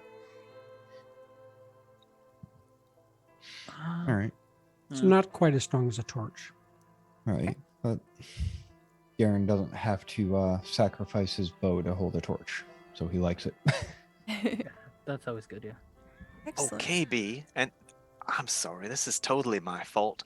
I should have thought about asking you about this earlier, but I noticed when we were trying to be all stealthy that your bag was rattling around a little bit. You got a bunch of things in there. Is it that deer? It's not really a deer, is it? It's more like Not a yet. mechanical thing, contraption. Yeah, pretty soon he'll start running around. Oh, His okay. name is Poke. Poke. All right. You know, with the antlers. Mm-hmm. I get it. Yeah, Oh. they can definitely poke you with antlers for sure. Well, I was gonna say that look, I have this handy haversack here, and I can hold lots of stuff in here without it making any noise at all. In fact, it kind of disappears for a little while, but can always get it back. That's cool. So if you want to Can you keep, describe your haversack? Sure. It just looks like a potato sack. Like it's dusty, Oh, that's great. dusty woven, like burlap sack. It looks ragged even. It's some parts of it look threadbare, but you can't really see what's inside. When he opens it up, though, you can put like things that are it's bigger on the inside, like like the TARDIS. So- You can put a whole 10-foot pole in there. You could probably drop about 500 pounds worth of stuff in there, and then it would just nip back up, and he can call it forth whenever he likes. That's really cool. I kind of pull it down a little bit, and I look inside, and I whisper into it. I say, "Hello," and his little echo comes back, "Hello." It's a very dusty echo. So I sling off my backpack. Thanks for carrying my pack. Oh, you're very welcome. Are you putting your whole backpack in there, or are you going to put like the pieces in there? No, just the whole thing. Okay, so anything that's in your backpack is going to be unavailable to you, okay? Thanks, man. No problem. I put all my stuff in there, and then I put it. Basically, I don't even carry it. I just call it forth when I need it. It just kind of appears. But that's where I keep my mechanical canary and my bag of sand and my quarterstaff and stuff. Just throw it all in there. Excellent. All right, so you have a light with Garen, and you have unburdened yourself, KayBee. Penny goes, Who's going in first? I will. And Garen proceeds in cautiously. all right. So you find that the interior of this particular mine, it immediately branches off in multiple directions. You can hear dripping of some kind of liquid. But other than that, maybe the occasional pebble being disturbed, there doesn't seem to be much commotion in the immediate area. You see evidence of a mining operation. You see that there are a number of different pickaxes that have been abandoned. They seem to be kind of rusted over. It seems that whatever happened here, people must have left in a hurry. They didn't take all of their things with them. You see evidence of rotten food. Shoe. Hey, Finn, I think I found your boot. Oh, funny. That's great. Yeah. And then he keeps exploring down through the corridors. Some time passes. And as the group of you make your way in, eventually the tunnel that you are currently making your way through leads into a sharp end. You find that there seems to be some kind of a barricade set up. Some crates have been haphazardly shuffled together, stacked on top of each other to bar the way. There are a number of tools strewn about. KayBee, could friend scout ahead for us? Oh, absolutely. So is there a gap between the crates and the ceiling? Not currently. No? Okay. Are there any gaps in the middle? Not currently. Okay. All right. So we'll have to move some crates then. All right. I can help you move crates if you'd like. Yeah, I think Garen would set his bow off to the side work and still give some light, and then he would scale up and remove maybe one or two crates so that friend can fly through. All right. I think for all intents and purposes, Arlen says something to the effect of, I'll watch our backs. So feel free to move your tokens. Oh, where's Penny? Penny. Okay. So as you begin to move these boxes, can I get strength checks? Athletics from anyone who's moving a box. Athletics. That's Wow. a 16 from Garen, an 8 from Finn, and a 9 from Pole. You find that these boxes are extremely heavy. Whatever's inside of them absolutely weighs them down. Garen, you begin to move the boxes. They are stacked quite high, so you pull one out, you struggle a little, and you put it down to the side, and you're beginning to make slow work of this. KayBee, can I get a dex save from you? 11. All right, fantastic. As you kind of like reach up into one of these boxes and you're trying to bring it down, something suddenly flops down on you. It startles you. You didn't expect this. And what you see is a hand and nothing attached to it. It's kind of hits you in the face. Oh, yuck. What's that? Uh, Ouch. You take 2 slashing damage. Actually, I guess I'm probably not using my shield. Okay. Kind of like rakes its claws down your cheek, and then it flops solidly onto the ground, and it kind of writhes around a little bit before it corrects God. itself. It appears to be a rotting hand.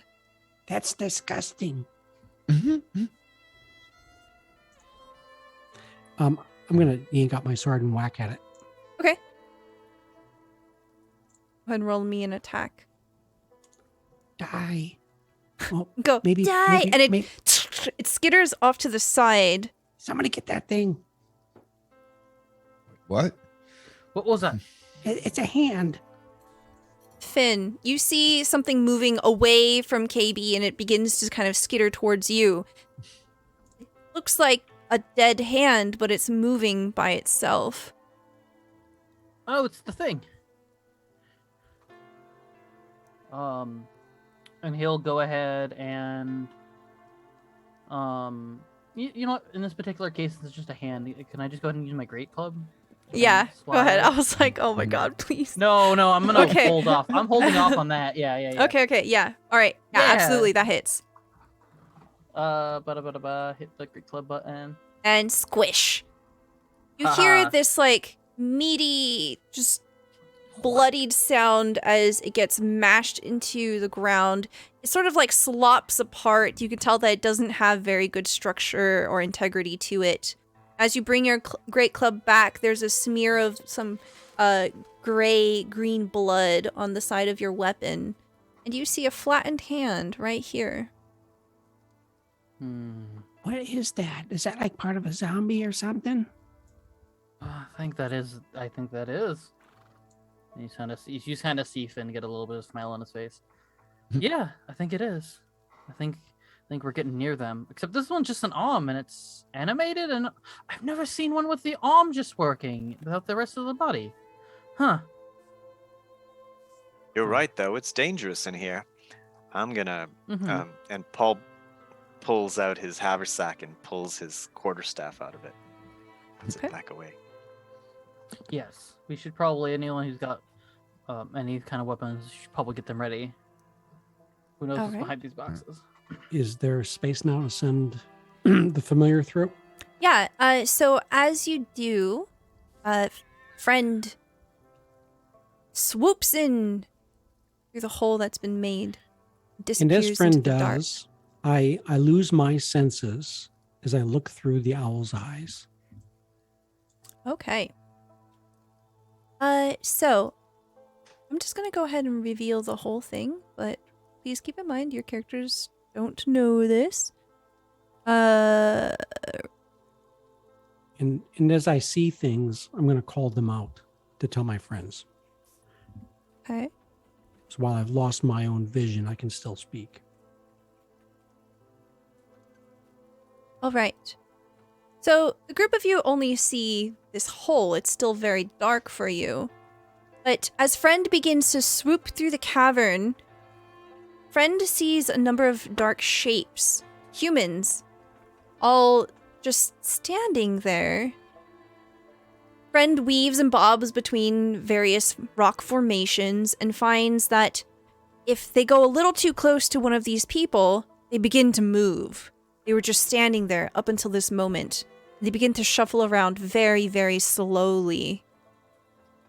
So as I Then look Friend through, returns. as I look through Friend's eyes, can I see?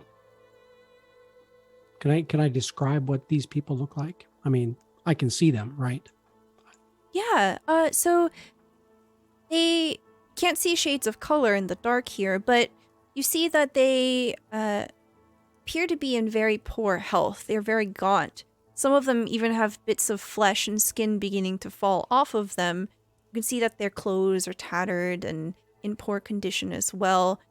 Few of them have pickaxes still in their hands. A few of them are missing a limb, a hand here. One of those guys is, yeah, we already got his hand. As KayBee is doing this, Finn is over next to Pole explaining to him that the whole thing with KayBee, where he can, with Friend and how it works for him. And if he tries to say anything to KayBee at this moment, he's not going to hear it. Just so he's not trying to go, what do you mean? What do you mean? And just, try to help him. Yeah. Mm-hmm. Oh, that's good to know. Thank you. Okay, so the owl comes back, and I explain however many I could count in there. Yeah, it looks like it's zombies. Oh. I guess their bodies are falling apart and stuff. It looks like they're bored. Could I roll sort of like maybe a history check or something to kind of go base off what he's telling me to make sure if I can confirm or deny? Yeah, go ahead and roll me a history check. Okay, with a 9. So I think we've established that you know quite a bit about ghosts. You aren't quite sure about zombies. Like, you know they're undead. You know what they are. But as far as, like, what is the appropriate tactical approach here, you're not quite sure. Perhaps this is the first time you've encountered zombies in particular. Yeah. Yeah, those sound like undead, but it's been I've only seen them in books, and I've had very little encounters with them, but it sounds like them. But we should be cautious because I'm not entirely sure what they are. Just off that description. I mean, like, is fire good against most undead? Arlen might know. Arlen might know, yes. But from Arlen's like, I'm busy. Yeah. making sure nothing's coming up to us because I don't want to roleplay someone else's character. That's fair. In my research that I've done, I've seen that fire is usually a good thing against them. So I would say anything fire would be fine. That sounds good. What about hitting them with a stick? Oh, that's always fun. Or is it better to stab them with a knife? Should I? I'll just hit him with a stick. I know. Well, as me, I know more knowledge on zombies, but as Finn, I'm trying to think. Does he know that stabbing them is fine, but distance? How should I play this? Because I know that I rolled bad at. Okay. You don't know. Okay. I would assume it'd be okay. There's a way that it's spread though, and I don't know how it's spread. So just be careful. But I can't see why stabbing it wouldn't work. If these are actual humans or were humans, stabbing me hurts. So I would assume it would also damage them. All right. Yeah, I mean, it also hurts to get smacked in the head with a quarterstaff, so I'll try that. So you do still have a wall of crates in front of you. No, let's not wear ourselves out. Finn, can you use your rock to break this open? I could use my rock to break open all these crates. Or if we just move some of the top boxes, then maybe can we shoot over it? They can't reach us. True. Well, KayBee, you said friend said they are not moving. They're just kind of milling around. I think they weren't busy doing anything. They're just standing there. That's what I saw. Well, whatever. What do you both think? I've got no problem using Dwayne to destroy this entire subset of boxes, but I think Dwayne will do a good job. Do it. Roll an attack. I don't know what that even means, but go ahead. Oh. Yes. So I wrote this down, right? I'm smart. I do things that help future Stella, right? Handouts. Wayne. Yes. Okay. Wayne is a flail with two-handed property. Roll 2d8 if it's a structure. So go ahead. Oh, that is a 2d8. Oh, wait. Plus extra 2d8. Okay. Roll me a 1d8. We'll add that.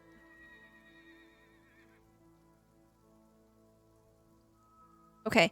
19 damage. Absolutely. So you bring out what looks like a basketball-sized rock attached to a string, and you just wham, slam it into these with a loud crunch of wood and stone.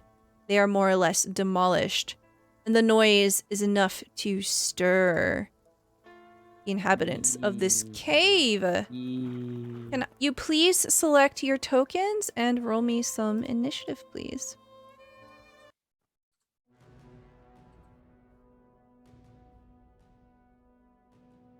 Oh.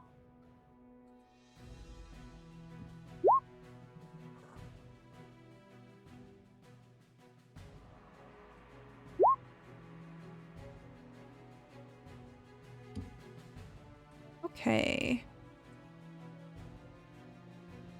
KayBee, you are up first. All right, friends, everybody, get ready. It looks like it's gonna be a big fight. Okay, yeah. Finn, can you actually re-roll your initiative? Sure. Just click initiative again. Yeah.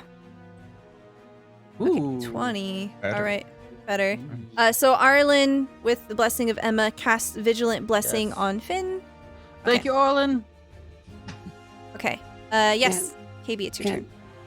And I bring out my carpenter square, and I wave in the air, and I say, "And you, and you, and you," and golden sparkles spiral out from my carpenter square as I point at Finn and Garen and Pole, and I hit them with bless. Oh. Okay. So Be they like are you blessed. Very good. And then I'm going to strap on my shield and wait for them to file in. All right. Is bless an action? Yeah. Okay, cool. Would you like to move your token at all? Nope. Okay. Sounds good. Finn, it is your turn. Is there any way for me to run up to or get up to any of them in time? 15, Where I 20, can still- 25, 30. No, 30 will take you like around here. Okay.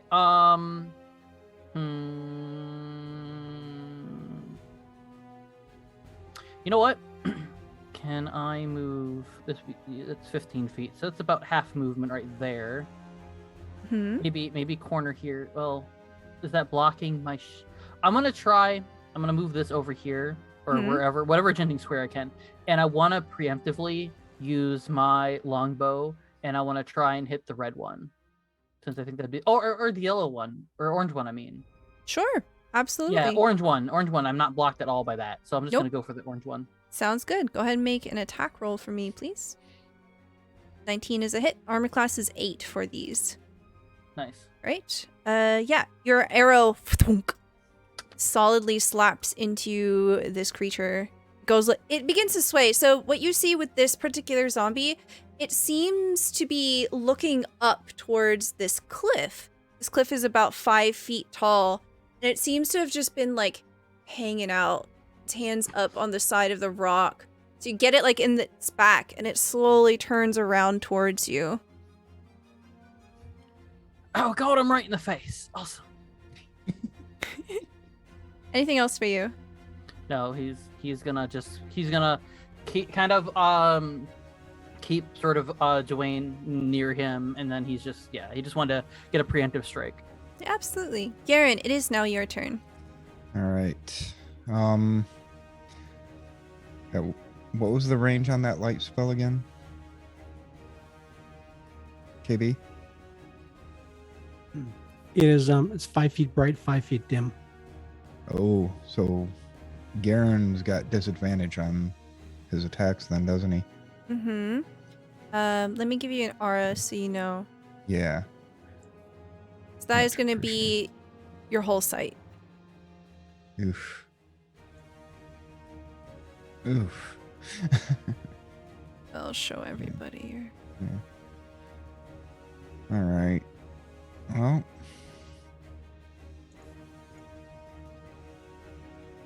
The light is attached to Garen, so that means whatever you see is what Pole can see. Right. Yep. And all the enemies can see you. Yes. Did not think that through very well, did we? That's a dark cave. Gotta see somehow. Yeah. All right. Well, I guess Garen's gonna just take some shots at yellow here. Okay. Absolutely. This will be at disadvantage. Okay. 13 is still a hit. 6 damage. I'm gonna go ahead and re-roll that with Piercer. Maybe if it'll let me. Yeah. By 6. Since we have a new member at our table, could you explain like what you're doing? Yes. Sorry. So I am using my Piercer feat, which makes it so I can reroll 1 damage die of piercing damage. And I have to take the new roll. So it went from 2 to 1. So it's 5 damage instead of 6. Sounds good. And if you roll over the damage, you can see the output for each individual die. Okay, excellent. Anything else for you? I'd say Garen, recognizing the disadvantage he's put himself into with the darkness, is going to also step forward with Finn, still trying to keep someone between him and the bad guys, because that's just wise for him, but knowing he needs to get closer. Excellent. All right. Pole, it is now your turn. All right, well, Pole's going to go up and stand a little bit in front so that he can take the blows if they come in.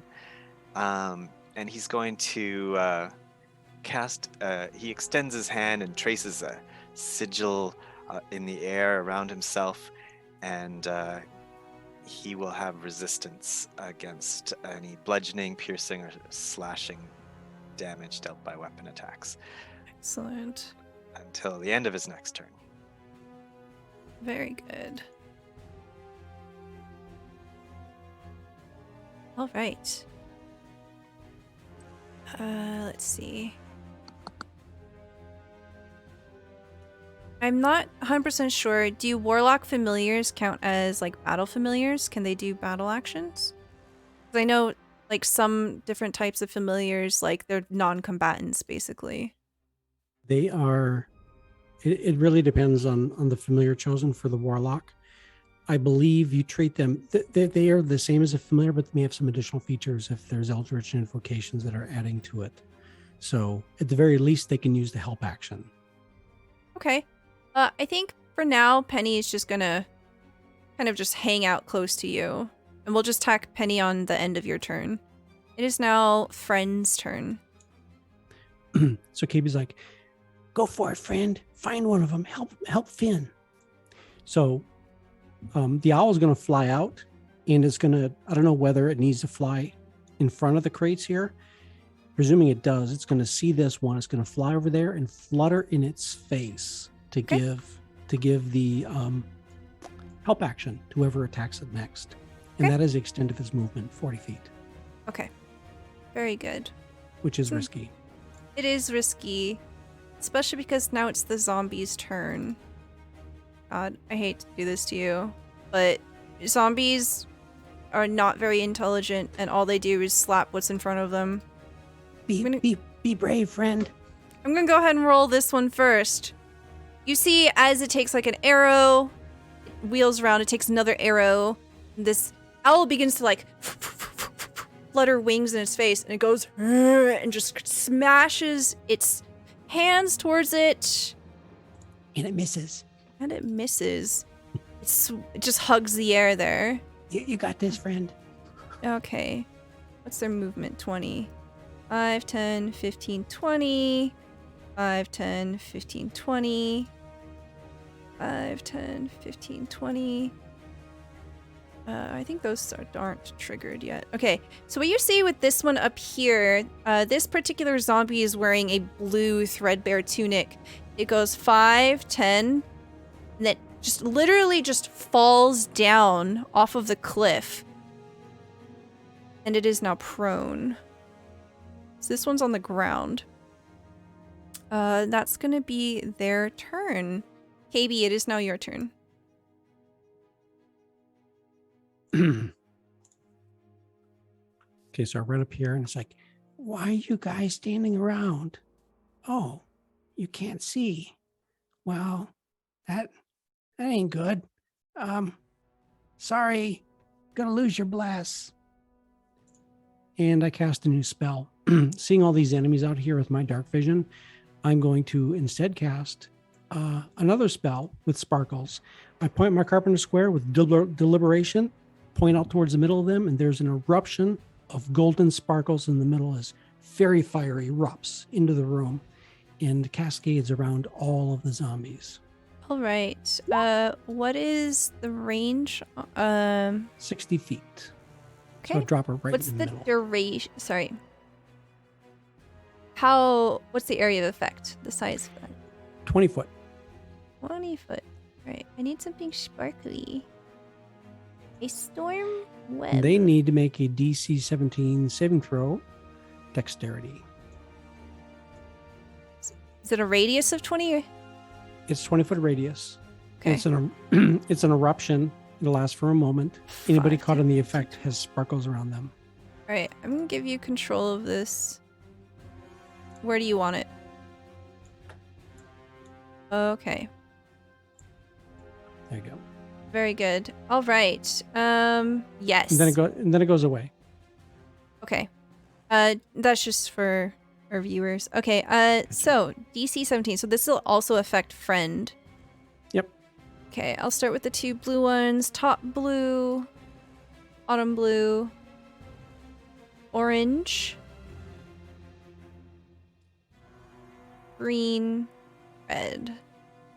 Okay. They all fail. I get one from friend as well.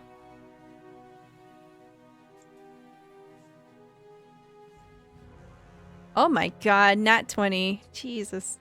All right, very cool. So you see these sprinkles begin to outline these various zombies. So even though they're out of the light, you can very clearly see their shapes as they are highlighted here.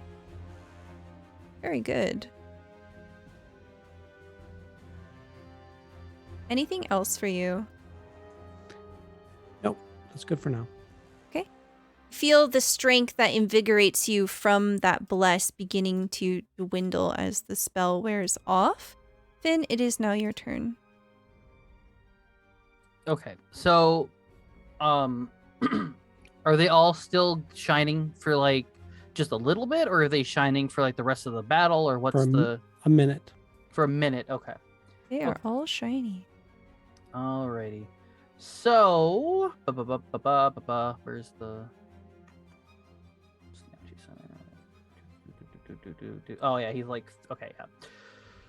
Move this over. Okay, so I'm gonna go ahead and I'm gonna walk up to the red one that is shining, and I am going to pull out Dwayne, and I'm going to hopefully obliterate the zombie. Okay. Go ahead and roll at advantage since it is fairy fired. Okay, 24 is absolutely a hit. You do 12 damage. Very good. Mm-hmm. Slam! You see that bits of Slam. rock just go flying as you hit this pillar here. The ceiling begins to become a little unstable. This zombie just gets clobbered to the side. You see it like struggling to right itself back up. It definitely could not take another blow like that. Anything else? I want to ask real quick. It says when you roll a 20, is that a nat 20 or a total of 20 or more? So it's going to be on the die. So Okay. that's going to be a nat 20. Okay. And I think that's all I can do. I think Okay. I'm still into one action, so. Garen, it is your turn. All right. Well, Garen is going to smile. Thank you, KayBee. He's going to draw another arrow, and he's going to fire again at yellow. Okay. So go ahead and do this at normal. Friend did the help action. Does that stack with the fairy fire to give advantage? So there is no such thing as double advantage. Hmm. And that was previous round. That only lasts for. Oh, okay. Well, actually, no. The Goes until the opponent- end of Owl's round. Yep. Yeah. Yeah. Didn't matter though. It's the same. Yeah. Same thing. Mm-hmm. They don't stack. Okay. Mm-mm. So it's at normal. So it just counters the disadvantage. Yeah. All right. 18's absolutely a hit, though. What's All that? right. That is going to be a total of...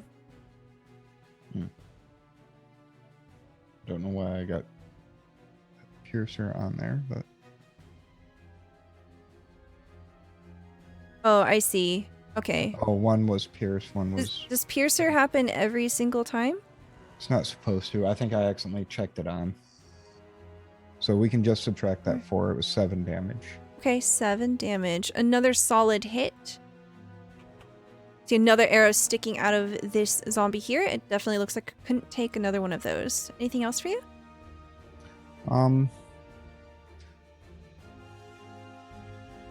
No, I think Garen will be okay right here. Cole, it is your turn. All right, so yeah, I took the time to look up the familiar thing, and so Penny gets her own initiative and can take any action but attack. Okay. So she's probably just gonna hang out and maybe assist other people. Okay, that's funny. She also rolled an 8, so she'll just go after you. Great. All right, so Pole will head over and try to help out over here. Can I get in this spot, or is it too narrow? Okay. Absolutely. You can also pass through ally squares as long as you just don't end on their square. So, yeah, Pole's gonna whack that zombie with the quarterstaff. Okay.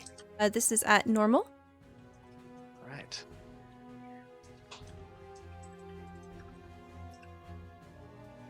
Okay, 8 is actually a hit. Because it's Wow. a zombie. Go ahead and roll me some damage, please. There's 6 damage. All right. You hear a solid thwack as it eats this damage, and we'll say that it stumbles down onto one knee, so it's like half up, half down. It looks like another one of those would take it out. Anything else for you? Whacking him on there does work. Nope, that's all I need. Okay. That was a good shot. Good job there. Penny. Oh, you set it up. Penny is going to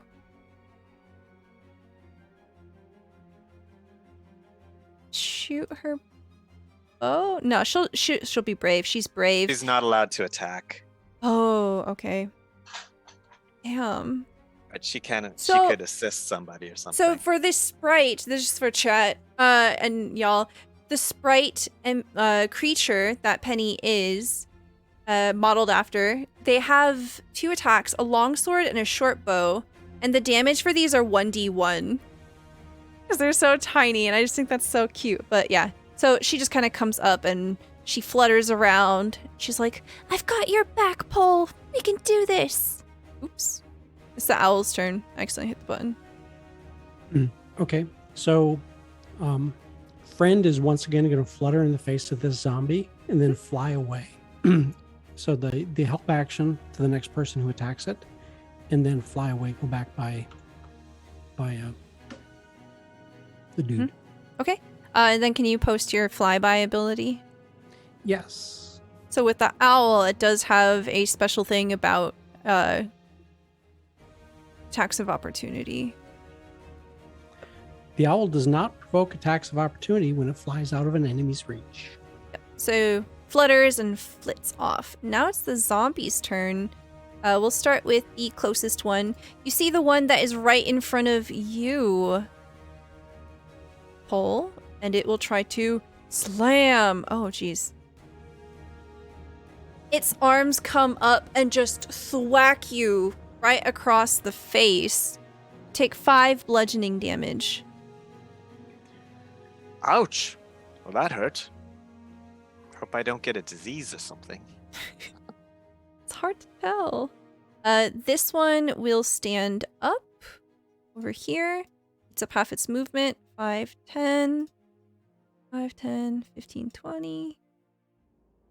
5, 10, 5, 10, 15, 20. All right. Actually, they have to take their own squares. Okay. So this one will come up immediately after you take a slam to the head.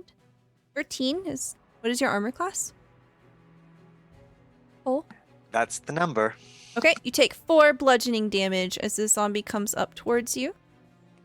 And that's going to be their turns. KayBee, it's your turn. So I make a spiral in the air with my carpenter square, and you see this little growing spark of fire turns into a little mote, and it flies out at the orange-eyed zombie. Yeah.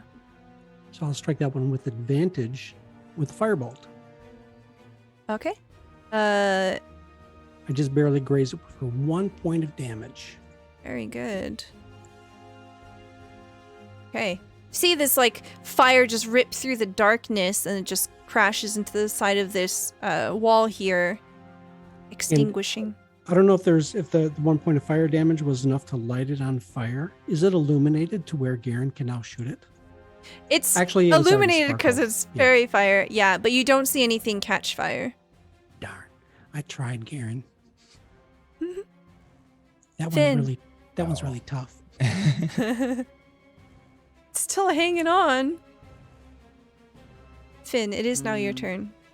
Okay. Finn sort of sees all the other zombies sort of approaching, and he's like, "All right, let's see if we can take out this red one pool, and let's see if we can stop this before it becomes a disadvantage on us." And he's gonna pull out Dwayne, and he's gonna say, "The rock says stop." 8's a hit. Yes. Tell me what this looks like. He grabs, I guess he goes in. He's again getting used to this rock. He's not quite as used to it, but he kind of gets sort of like this, like he sort of gets a good hold of it, and it almost feels like there's somebody there with him as a boulder is guiding and just smacks the zombie straight down, and you see like the zombie collapse with it, and you kind of just see it kind of go down where it just like scatters its brains all over the place on the ground. Excellent. Anything else for you? Do you want to move at all? I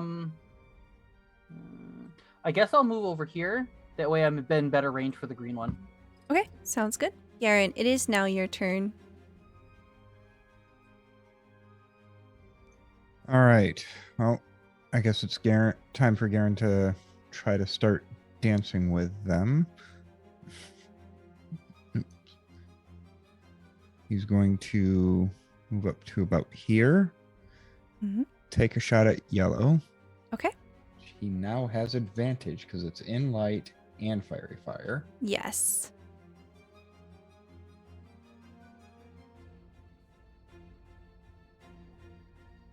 All right. 25. So that is... Absolutely a hit. Yep. Tell me what this looks like. All right. So Garen steps up until it just barely enters into the light. His bow was already drawn and then immediately looses it. And although it's undead, he still follows his signature. Hits it square in the eye as it falls over. Absolutely. It crumples and it does not get up. Yes. And then he is going to move back to here. Okay. So that he's hopefully far enough out of range where he can avoid a... Does he get threat. a second shot? No, Garen only gets one shot as a rogue.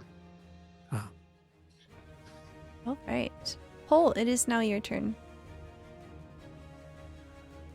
All right, well, knowing that he's not the best at smashing things about, he's going to try and soak up all the damage by going and standing here, and he's going to cast his what's it called? His Blade Ward again. Just try and soak up the damage so that other people can get the finishing blows. Excellent. Right, he steps in front of Finn. These blades, like... Oh, no, it doesn't actually form blades. Just a sigil in the air. Okay, cool. You can have wards me total from creative liberty with this if you want pixels and... Yeah, I think it's just kind of glittering sigils in the air around it. Oh, I like that. Awesome. Okay, it is Penny's turn. Penny will apply the help action to this green one here. It is now Friend's turn. Friend is going to chill. With everybody being illuminated, there's not much you can do to help. It is now the zombie's turn. This blue one here is going to try to hit Pole. Of resistance here. It's a 19 hit. Oh, yes. Okay. You only take 2 damage because of your blade ward. And this zombie here is going to attack Finn. All right, that's a miss. This blue one here, 5, 10, 15, 20. You see the one that you had tried to evade just comes right up to you, Garen, drawn to the light. Slams into you, misses. That is their turn. KayBee, it's now your turn. I got your back, Garen. I drop my carpenter square and I come out with my short sword. Leave Garen alone. 7 points of damage. Very good. With my magic sword. Very nice. What does your sword look like? So it is an old dwarven short sword. KayBee had previously said it was his wife's, one of his wife's 2 swords. And it's like 200, 250 years old. It's ancient looking, covering these dwarven runes. But today it's got a little bit of a glow to it. Excellent. Yeah, you absolutely hit it. Anything else for you? Nope. Okay. It is now Finn's turn. All right. He is going to go ahead with the green one and whack it with the boulder. Okay. Yeah, absolutely. 9's a hit. 12 Oh. damage. Okay. I forget fighting zombie. Yeah. I forgot the hit points. I'm just used to seeing 9 going, oh, it's a miss. It's a zombie. It Yee. hits. All Yeah, right. plus you have advantage on these guys. True, Oh, true, that's true. You right. do, because you can see them. Garen, True. it's your turn. All right. So Garen is going to use cunning action. Find that on my sheet here. I'm going to use cunning action to disengage. To here, correct? Mhm. Which still keeps him within range of the light, and then take an attack. Okay, this is at advantage. Absolutely. Okay, so You that's do get sneak attack as well. yes, All right. 21 damage. Very good. I actually always forget this part. Hello, Guild Superior. Thank you so much for the raid. Welcome in, everyone. We are fighting zombies. All right. God, I keep forgetting to do this with zombies. So if a zombie takes damage that would bring it down to 0, it makes a saving throw. It has a chance to not being downed. Can I beat this? Each. 21. Yeah, if I crit this, like. Nope. Okay. It goes down. Like this is like the thing that makes zombies a little precarious, and I forget to do it every single time. Yeah, this zombie crumples. You masterfully strike it. Anything else for you? Well, since Garen still has his movement, say he... Oof. Yeah, after his experience with the last one coming to the light, he's not going to get that close yet. Okay. So he'll come back over here with KayBee and friend. Very good. Pole, it is now your turn. All right, Pole is going to swing his mighty quarterstaff down on the one that Finn has already whacked. All right. This is at normal. All right. Doesn't it have the fairy fire? Yes. Oh, right. And Penny did assist. So this is at advantage. All right. Well, that Okay. doesn't Oh, matter. double 7s. Oh, so close. You just needed the +1. They're so scary. I almost yeah. fell down. Yeah. It manages to. I think you hit it, but it just kind of bounces off. It didn't quite do anything with that particular strike. Penny will provide the help action with the green one again. Howl's turn. Apparently, heading them in the chest with a stick isn't the way to kill zombie. Hiya. Friend is Overwatch, hanging back. Excellent. Okay, it is now the zombies' turn. This green one is going to try to hit Finn. Ooh, that's a crit. All right, you take 10 bludgeoning damage. It's bleh. This blue one will hit Pole. Oops, sorry. 7, miss. Misses you. Okay, it is KB's turn. Man, I don't like zombies. I got your back, Paul. Thanks, mate. Take a swat at the blue-eyed zombie for 7 piercing damage with my short sword. Very good. Big poke. Yeah. All right. Finn, it is now your turn. Oh, that bloody thing! Ah, fuck. And he'll sort of go at it, and you're not taking me down before I take you down, friend. And he goes for the green one and whacks it with Dwayne. Okay. Absolutely. Smash. 10. Mhm. Oops. Okay, it saves. So you smash, right? Yeah. And it goes down. You see it still writhing around, and it begins to immediately start to get back up. It has Oh, 1 hit point because of Crap. Undead Fortitude. I should have got the head that time. Missed the head again. Crap. Garen, it is now your turn. All right. So I think Garen would come up to there. Oh, can I see blue from here around the wall or no? Oh yeah, you can see him. Okay. Yeah, because it's not like a straight pillar, because it's like a little rock formation. Right. Okay. Yeah. Absolutely. He So this will- is at advantage. Yes. Absolutely. Okay. That's 19 damage on blue. All right. It goes down. How do you do this?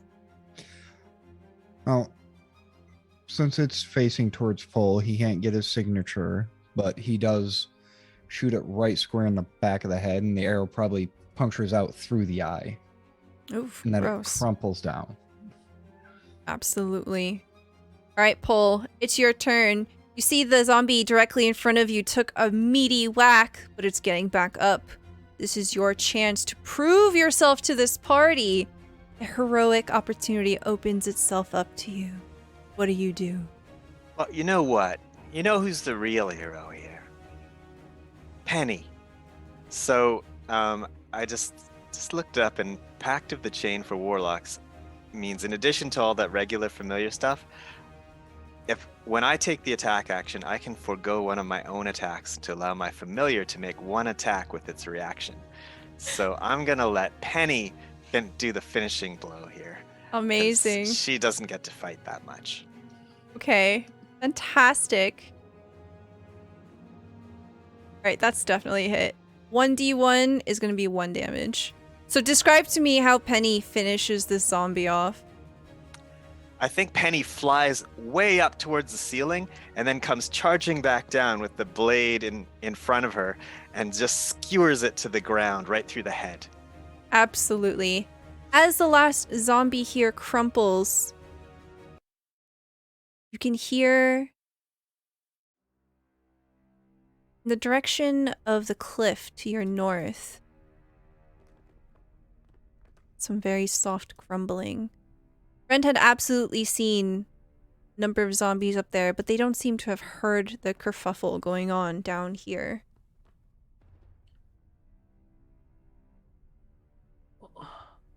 That was absolutely brilliant. Oh, that lovely Penny. That was nice. She's a hero. She is. That was fantastic. That was great. Okay, I'm glad I missed knocking that out to see that. That was fantastic. Yeah, being a hero is even better than being royalty, if you ask me. Oh, you know what? I forgive her for waking everybody up with that deer alarm last night. Just for that. It was great. But you look at KayBee. So your friend had said there was more up that way? No, I don't think I saw any more when I looked through friend's eyes. Okay. Well, I can kind of hear a little bit maybe in the distance then. I'm not sure. Well, What do we want to do? looks like a big cave. It does. Well, and he'll kind of like you can kind of see Finn is a little bit more worse for wear than a little bit normal. And I'm just like, oh well, I think I can go on. Usually I'm not good at making this judgment call, but we're here in the cave anyway. Yeah, I don't know. I think we know what's in here. I mean, Yeah. maybe we need a little more light. Yeah, I think Yeah. the light on my bow is not helping as much as I had hoped it would. Okay. So with a wave of a finger, I make that light disappear. And then I pick up a rock and I do the same thing. I rub my tool on it and I make the rock glow. I can do that a couple times a day. And I kind of toss it in my hand. Maybe like we throw it in front of us. If we can get them to come to us, then maybe we can shoot them, right? That's not a I bad like plan. that idea. That's a Yeah. really good idea, KayBee. Okay. So you guys want to keep going? Yeah. Sure, I'm game. I mean, I think I'm gonna have a bit of a shiner here when it hit me in the face. But Oh, yeah, I'm definitely feeling it after that. That's the price you pay for being an adventurer. It is. and it's worth it, isn't it, lads? It is. Yeah, adventure. So Finn, you want to like throw this rock? I can give it a shot. So then I guess KayBee will hand me the rock. What do I roll to throw the rock? Strength or? Depends on how close you want to get before you throw the rock and where you want to throw the rock from. So feel free to move your tokens as you please. Okay. Finn will kind of he'll move up, I guess, closer to this area-ish. Because I think that's where he kind of hears everything. And you can see that he's moving normal-ish, but you can kind of tell he's hurt. Can I do maybe, I don't know, investigation or something to sort of tell if I can hear where it's coming from or what direction it's at? Yeah, go ahead and roll me perception. 19. Yeah, absolutely. You can tell that the noise is coming from the up above. So it goes up 5 feet. Mm-hmm. You have dark vision. You can see there's a set of stairs over here. Okay. Then Finn will walk over here and he'll tell the party there's a set of stairs over here. I'm gonna throw this rock towards the stairs. See what happens. Okay. It clatters. And as it clatters, you hear...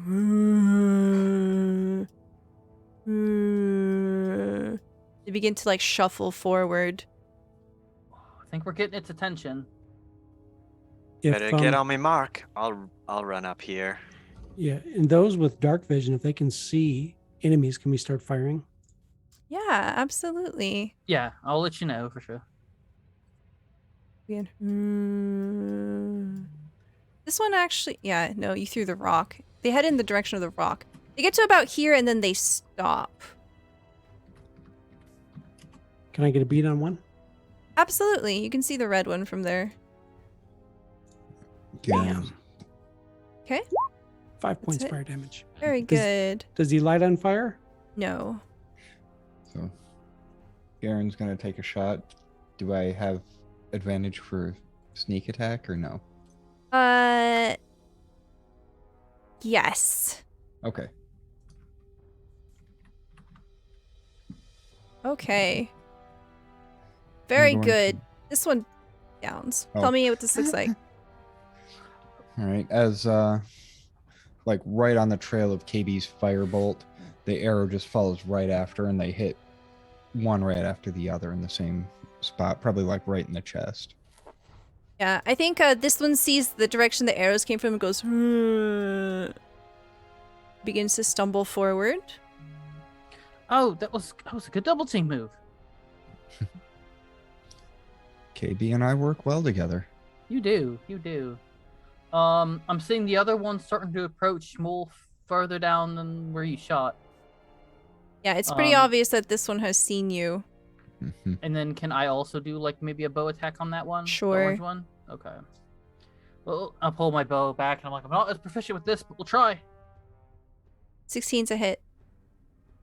Okay, 4 damage. All right. Combat starts.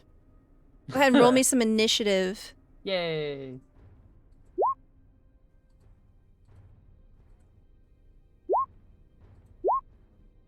No.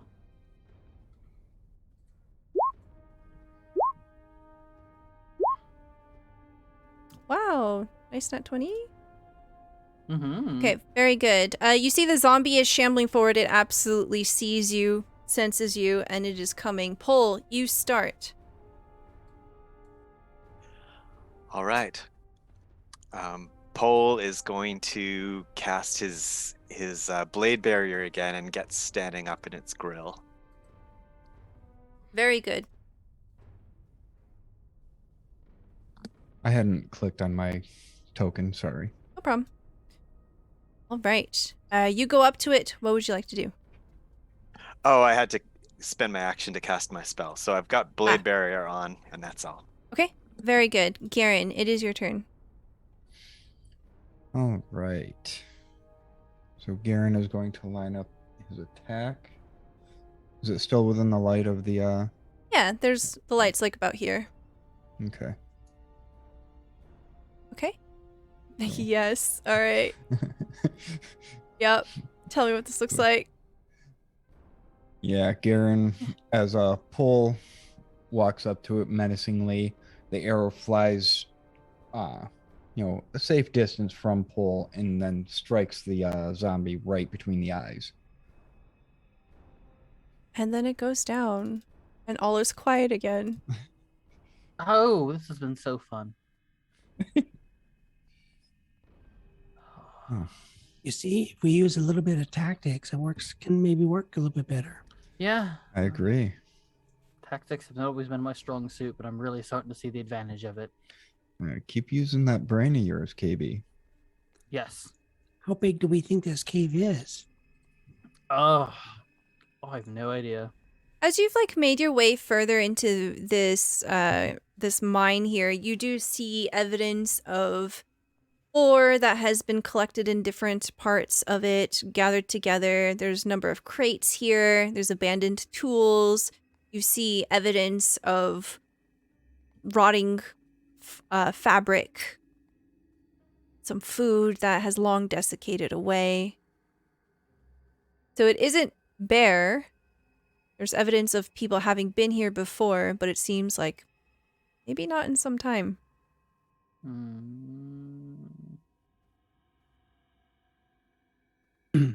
I'll send a friend down to fly around the corner, take a look.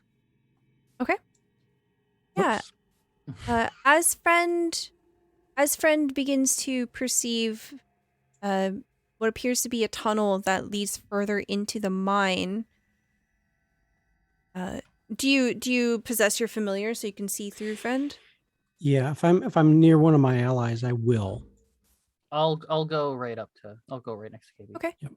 So this zombie here appears to be facing the wall. So it seems that if you want to sneak past it, that might be a possibility. There's one more over there. We can probably sneak up on it. Then there's a tunnel that goes off in the distance. He's just nodding until KayBee comes back.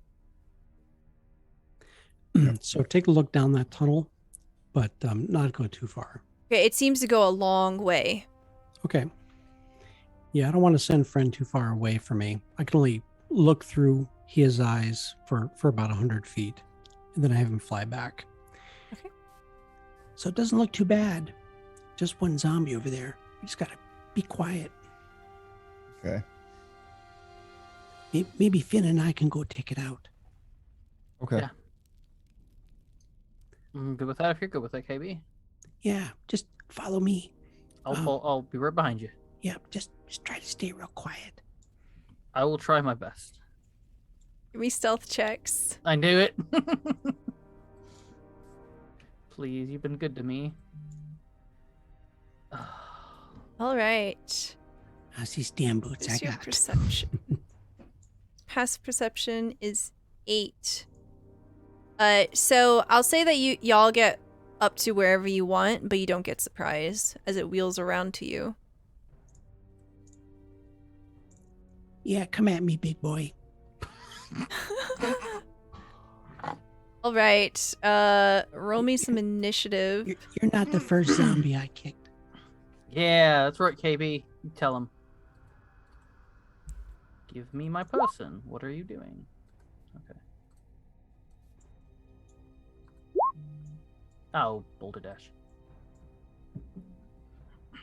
Very good. Garen, you go first.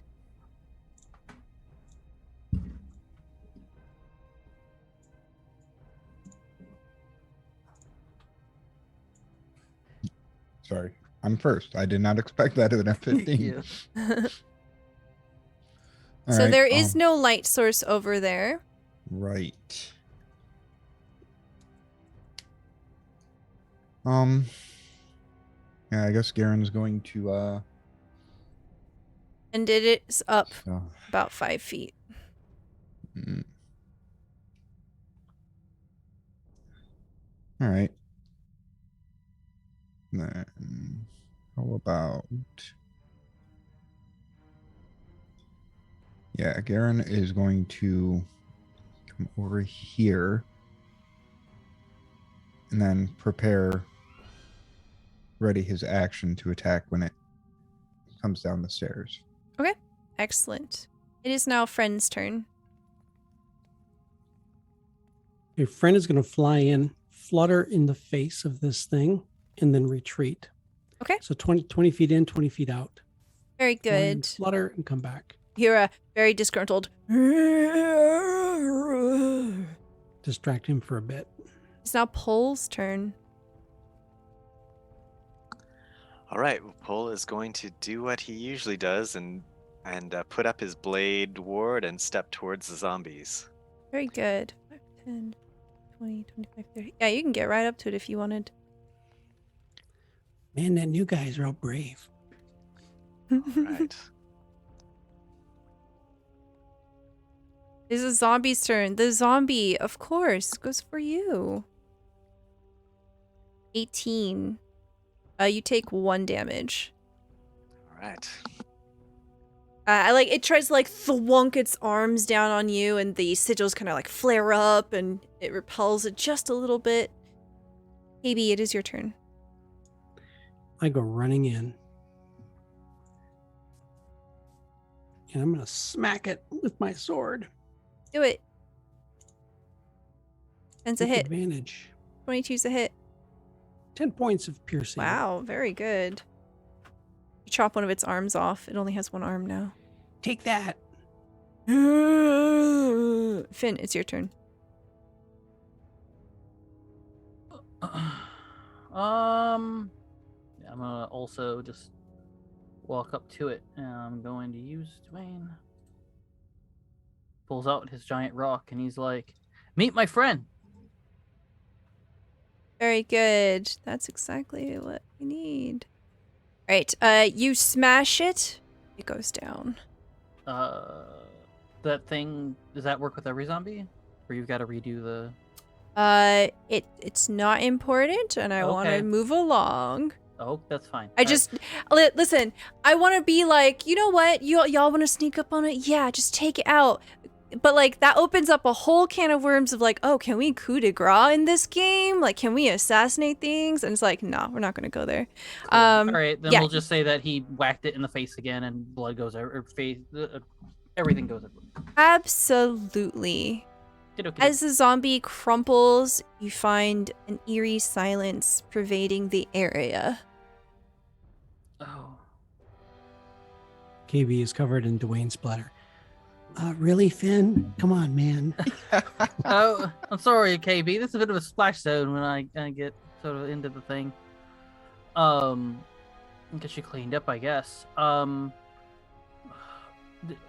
Did you see? Did friend see anything past the what's up there, or did he just? There was just a. It's just a long tunnel. Just a long tunnel. Okay.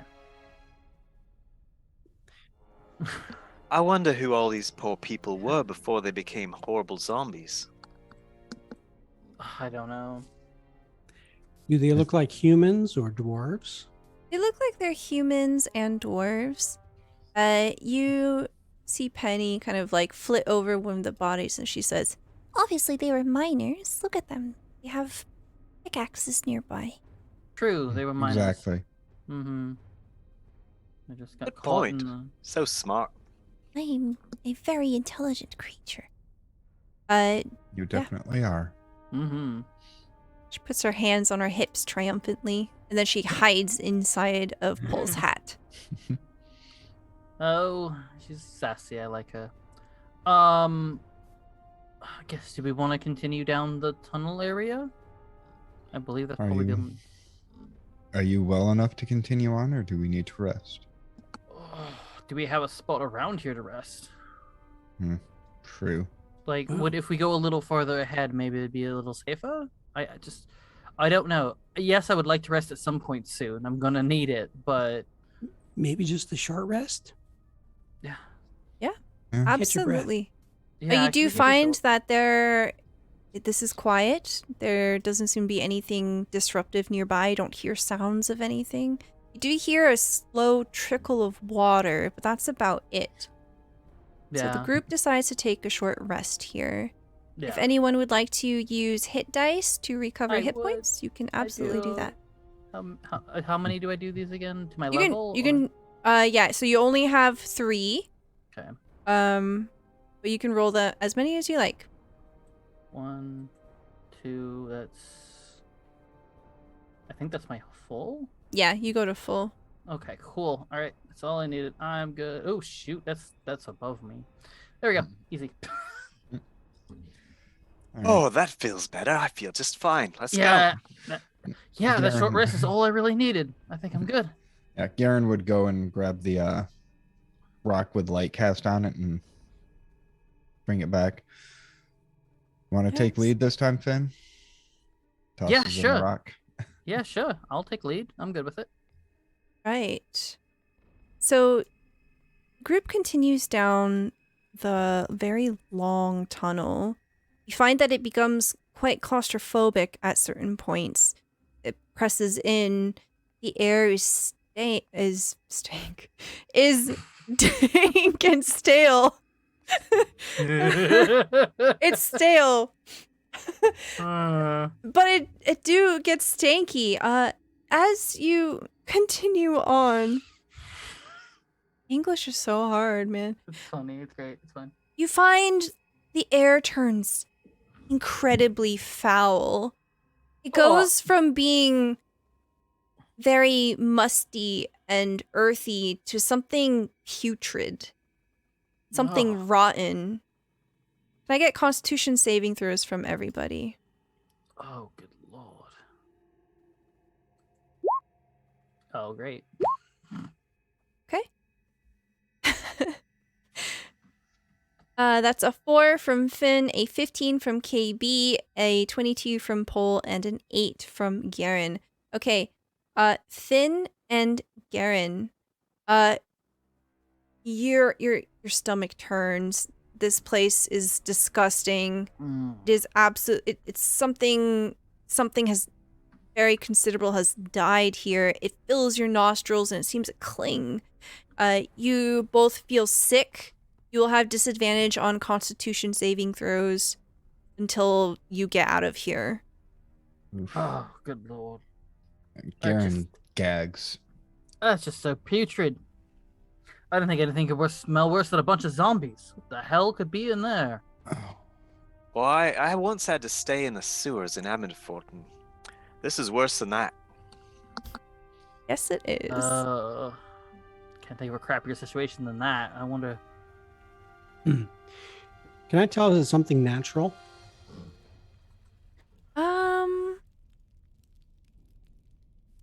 Roll me medicine. Not nature. 18. 18. Okay. You think that this might be something akin to very, very, very many dead bodies being piled all together. This is not good. We might find a bunch more zombies or dead stuff. Uh, Or It smell like- worse. I can imagine. The tunnel eventually leads to a bend where you are here on the map. And you see water, but there's something wrong with it. It seems murky. It seems foul. I'd like to investigate the water. I'm going to approach Yeah. cautiously. Yeah, and feel look free to carefully. move your tokens. Garen would stay be near right- KB on Overwatch, Same. bow drawn. You get Or right not. up to the water and take a close look at it. Examine it. Okay. Yeah, as you're kind of moving up towards the water, it's not very deep. It almost seems about ankle high. You can easily move through it. It's very still. It isn't really going anywhere. You can tell that it is coming from a source somewhere further deeper into the cave. As you kind of crouch in closely, go ahead and roll me a nature check here. It's been filled with Pepsi. Oh my god. Yes. How about a 26? 26, very good. You can tell that this was once water, perhaps from somewhere in the hills. Maybe there's a lake on the surface somewhere here, but something has tainted it. This It's is not fre- safe to drink. It's fresh water. It's not salt water, but it's definitely poisonous. Don't get it in your mouth. Something nasty. Okay, good. Thank you for letting us know. We'll not drink the water. From Is the it- way is- the water is rippling, it does seem to be coming from a source, so it seems there must be something further on. Does it seem like KayBee we can walk through it or on it, or will that also be? I think we might be okay. And I go ahead and I step into it and let the water fill my shoes. Yeah. Water fills your shoes. It's stinky, but nothing happens. I think we'll be okay. All right. Well, if you think we'll be okay, then I guess we'll step through the water. Start walking through. I'll take the lead with my dark vision. Okay. Mm-hmm. You see that the cave opens up into a few different areas. You see No. that... I'll have Garen stay by me because of my dark vision as well, so I give him an idea of where he's going. Yeah. Unless he's still got the rock. Oh, he is carrying the rock. Or no, he handed the rock to you. Yeah, he handed the rock to me. So Okay. Mm. See that there are some small pockets here.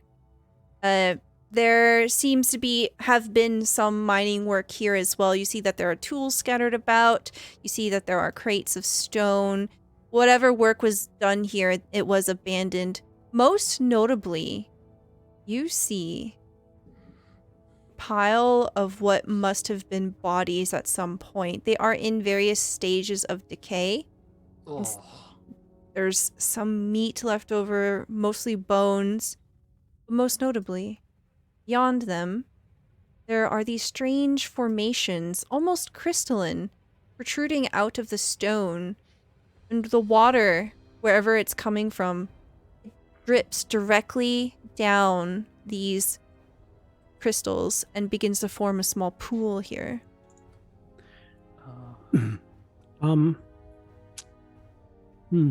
Do they glow? The Yes. crystals. Very, very, very faintly. I see. well, Do I recognize this as something arcane or natural? Mm, Something I'm familiar with? no. This is completely foreign to you. Looks dangerous. All these poor people. That's Can I so get a sad. perception check from KayBee?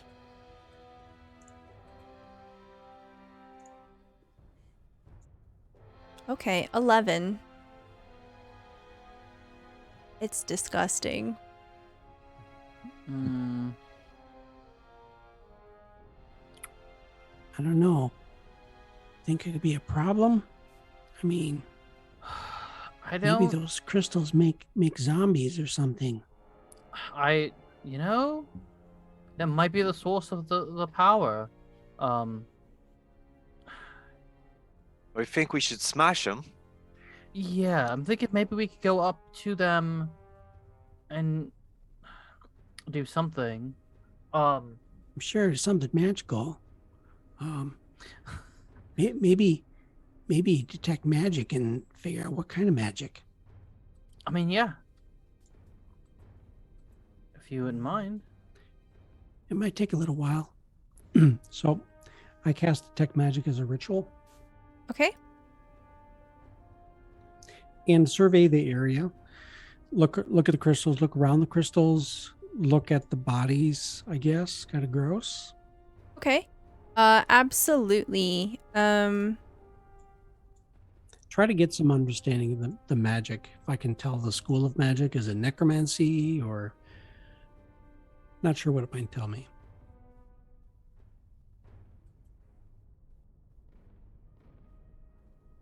Okay, hold on.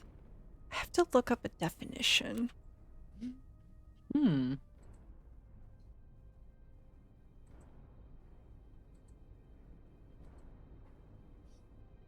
Okay. I think that counts. All right. No, I don't want to set a precedent here. I don't know. No. Okay. So that takes you 10 minutes as a ritual, correct? What is 10 minutes? everyone else doing? 10 minutes plus the regular casting time of one action. Yep. Okay. I'd say Garen gets out of the water since he's already gagging while he's Yeah. here. Mm-hmm. Kind of crouches down. And it is still very dark in here. You can like barely see them. He's crouched down, kind of gauging how easy a shot would be for him. I think Finn will walk over to Garen and he'll hand him the rock and he'll say, I think you need this more than I do. Oh, it's better if it's closer to what I'm shooting. Well, I'll take it. I usually go wandering up there. Sure. If Garen don't want it, sure, he can have it and hands over Thank the you, rock Cole. to Poe. Are these small people? They are they're not whole. Okay. No. Oh, pieces. There's a lot of pieces of a lot of different people. You don't know. Hmm. This is so sad. He'll kind of be right behind KayBee just in case anything else will happen, but he's just kind of Okay. waiting to see what he's doing. He's waiting to see what he comes up with. All right. So the whole 10 minutes doesn't actually happen. So KayBee, describe to me what it looks like as you're preparing this ritual. Yeah. I think I've got a small, I had to recover my backpack from Pole's haversack. And I've got a small folding table and I lay it out and I've got my wizard spell book and I've unfolded to the page near the front. Of course, the spell book's mostly empty. And I got some tools laid out and I'm really, that's my habit is to always use my tools, bring them out. And it turns out I don't really need to use them in this instance. I'm just using, making sigils in the air with my hands and reciting incantations of basic magic. And as I do, there's faint lines in the air as I make these symbols, and I'm muttering in low arcane tones. Okay. Very ritualistic. I think at this point, I'm gonna go ahead and say that Arlen switched with Quick. Arlen is at the front of the mine now. Quick is here. Okay. So this happened as we were traveling. Yep. Okay. So you don't actually manage to get the whole ritual off. all of a sudden, halfway through, something bursts out from underneath all of these bodies, and it throws you back. Oh. You hear I found something. a deafening roar Oh, sweet. as God. a swirling tempest of tentacles reach out and try to grab you. It will Hey, get that's my off spell book. a surprise attack. The hold on. Can't pronounce this. I know what it is. Hold on. Can I Odia. say it? Do I Odia. recognize it as a master of history and nature? No, you've never met this creature before. It has a multi-attack. As a surprise, I'm just gonna go ahead and say it only gets the tentacle off. 21. Yep, it hits me. Okay. Actually, let me check something real quick. Actually, when it lashes out with its tentacle, I stumble back on one knee, and I raise a hand. I don't have my shield on me. I raise a hand, and suddenly there's a shimmering glow around me, and I try to ward off this attack, and it looks like it still makes its way through. The shield surrounds me, and it curses against the shield, and wham! Okay. Yeah, absolutely. So what you see bursting out is this very strange, stocky, very, very large creature. It seems to have some sort of like rubbery texture to its flesh, and it has a number of different limbs that come out. They are spined and barbed. You see this large, gaping mouth. As it roars, you see spittle flying forward and these many toothed, sharp, dagger-like teeth are reaching for KayBee. It wants to eat you. You are grappled. Target How much is damage? grappled. You take 12 damage, 4 piercing. It's 8 piercing. Wait, why is... Yes. 4 bludgeoning, 8 piercing. Yeah. You think see it- this... I think the tentacle wraps around KayBee. Right before it covers his mouth, he says, "Friend, get away!" Roll me some initiative, please. Please select your token.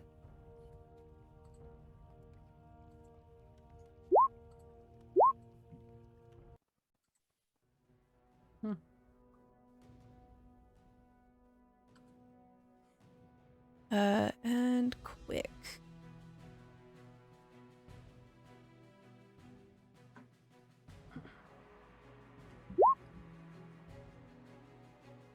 Okay. All right. Garen, you are first. You see KayBee has been completely wrapped around with one of these tentacles and is beginning to drag it towards his massive mouth. All right. Well, even though it's hard for Garen to see for sure what's going on, he's still confident he won't hit KayBee, and he's gotta protect his friend. So he's still gonna take a shot. 18, disadvantage still... Wait. Yes, it hits. Armor class is 14. All right. So that's 7 damage. Thwonk.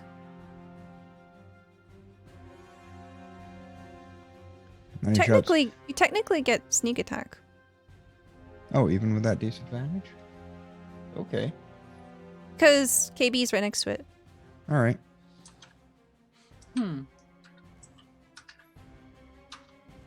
Okay, very good. That's another 12 damage. The arrow goes even deeper.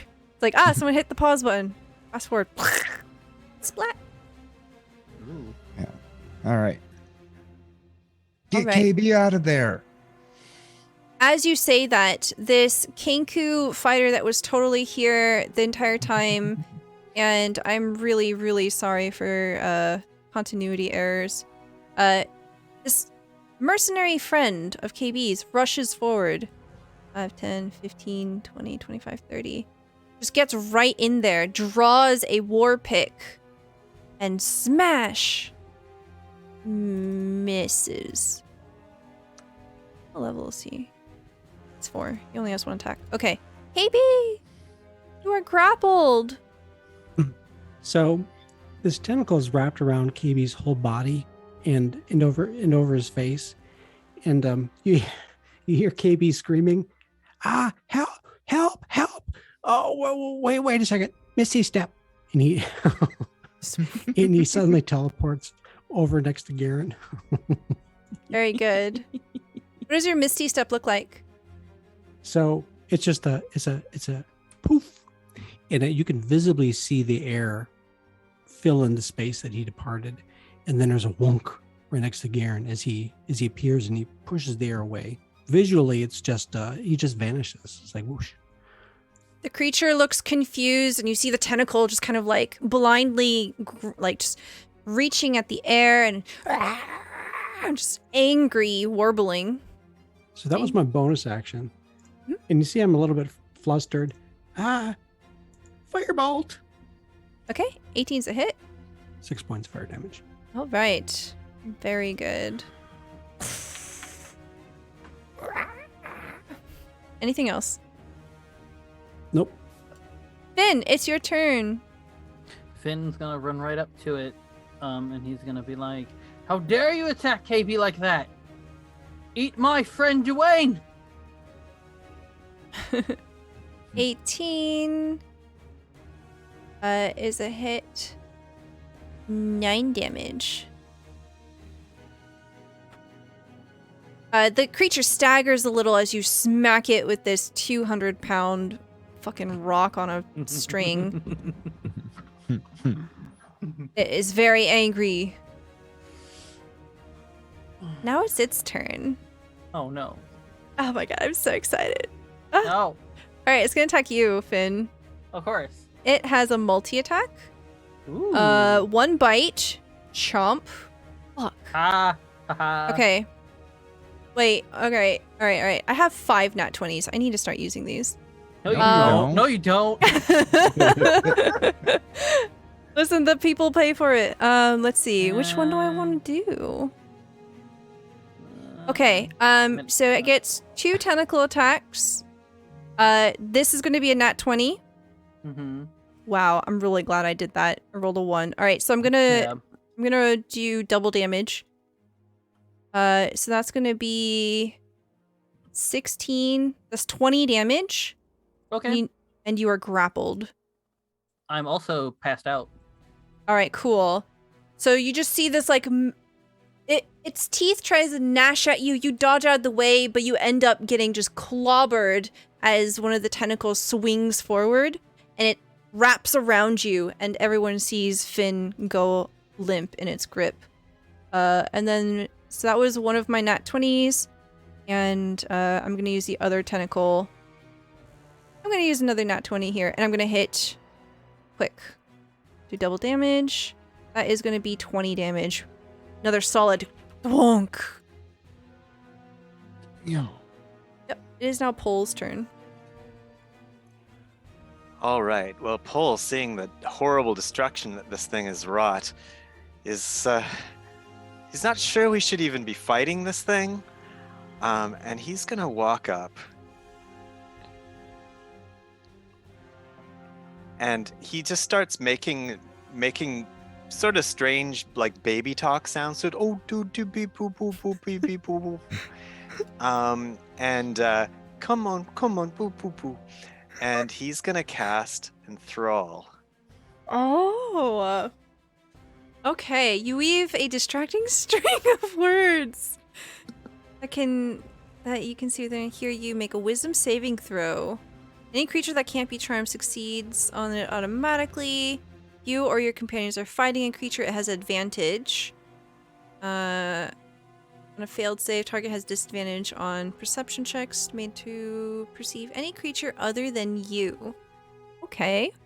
Wow, that's really cool. All right, so we did fight the creature, so this is going to be at advantage. Wisdom saving throw. 15. It just beats it.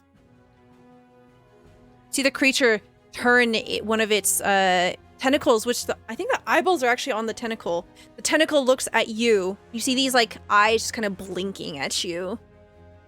Seems to have found its next meal. All right, and then I'm gonna call out to Penny. Penny, get the arrow.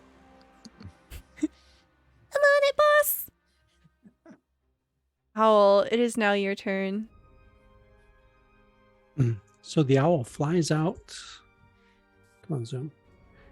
Flies out, flutters in the face of the Odiug, and then that's 10, 25, and then flies Odiug. back. Give somebody help action. Right, very good. Whoever attacks it next. Yep. Garen, it's your turn. It is now in the light. That has been Yes. carried by Pole. And you have help advantage. So advantage and friends in melee. Absolutely. All right, that is 21 damage. Very solid hit. Pierce it in one of its tentacles, and the tentacle writhes around wickedly. All right. You know what? I'm gonna re-roll that 2 with Piercer. Okay. See if I can't get a little bit more damage. Okay. All right, 2 more damage. Yeah. Very Three good. Hey, damage.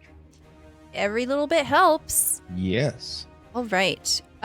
So you see Quick recover from the massive blow that they had taken, and they're going to use Second Wind. 1d10 plus fighter level. 10 plus 4. Wow. Massive. All right. Heals 14. Okay. You see Quick, they slam their war pick to the ground, and then they stand fast. Immediately after adjusting their footing, they're going to do another attack. War pick. That's a hit. 9 piercing damage. All right.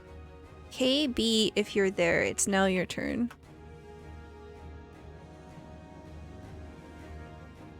Man, my friend needs my help. No time to be scared. Run in, and I put my hand on whatever part of Finn that I can see that isn't wrapped in tentacle, Okay. and I cast on him a Cure Wounds spell for 9 points. All right. Nice. Then I step back. You immediately gain consciousness. Okay, just to let you know, you get the sense that the tentacles have very long reach.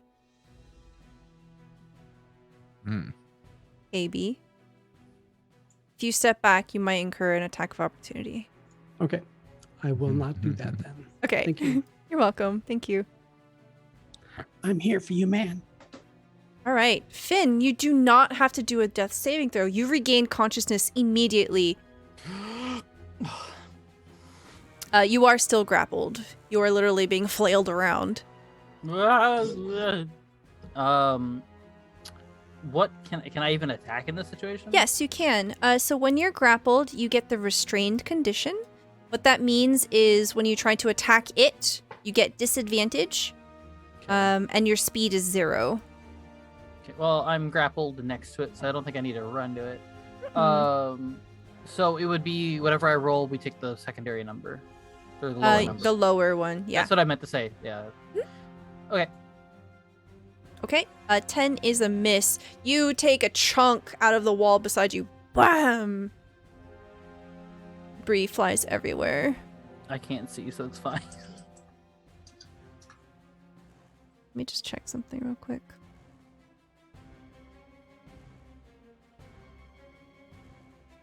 Okay, yeah. You have to use your action to try to break out a grapple. All right. Oh, yeah. Okay. Oh, I should have rolled initiative for Penny Sprinkle, Oh, or do you do that? it's totally up to you. You can do it if you want. Okay. Probably be easier to remember if you do it at 12. Okay. Penny goes next. Yeah. All right. Well, Penny is going to get in position and pull out one of her arrows. Yes. Go ahead and make an attack here. Oh, she doesn't get to attack until my turn if I give up my attack. Gotcha. So she gets into position.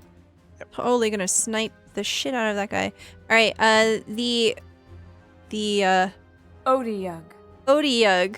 I keep forgetting how to pronounce that. Is going to use its multi-attack. It's gonna make a bite at Quick. Chomp. Oh my god, I rolled 2 nat 20s. Holy Oh, fucking God. shit. Oh, this is bad. Okay, so it's only 19 damage. Well, I say only 19, but that's really bad. Okay, Constitution saving throw.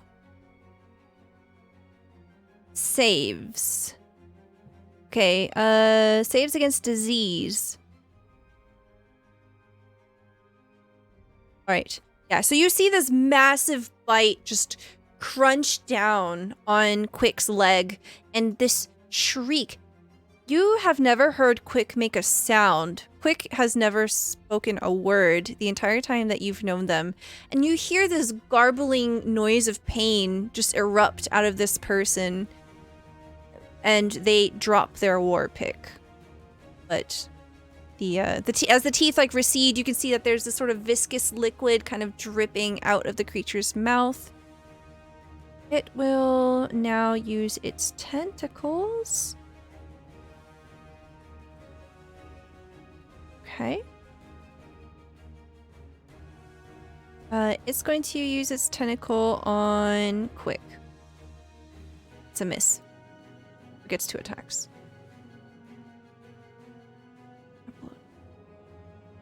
Okay, and with the second tentacle attack, that's mean. Okay, I'm just gonna do this. Oh, okay, it hits. All right, so Quick is down and also now grappled. Oh, it is your turn. You see there are 2 individuals grappled in front of you by these massive tentacles. Well, Pole is gonna step in, shed a little light on it, and all right, Penny, now, and get Penny to shoot the short bow. Hell yeah. I think you have access to the character sheet. Mm-hmm. All right. So we'll do that. All right. Armor class is 14. That's a hit. All right. So it does 1 damage. And then it has to make a DC 10 Constitution save. Yes. It does save. It's pretty tough. All right. Well, that didn't work, but good try, Penny. I'm doing my best here. You see a tiny arrow sticking out of the Odiug. I guess I better start hitting it. It's now Owl's turn.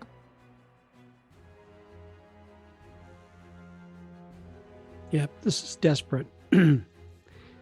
Owl once again fly in and try to get in the face of the Odiug, distract it, hopefully give somebody advantage on an attack. Yes. Garen, it is your turn. All right. So, attack is turned on, and Okay. You do get advantage because So I got of that crit. friend. You absolutely did. Holy shit. All right. That's 10, 19, 26 damage. Brown. Wow. Meaty. right. I'm going to say that you strike one of the eyeballs on its tentacle. And so mad. Quick rolls a death saving throw. And fails. KayBee, it is your turn. Oh, my friends. What are we going to do? Hey, quick.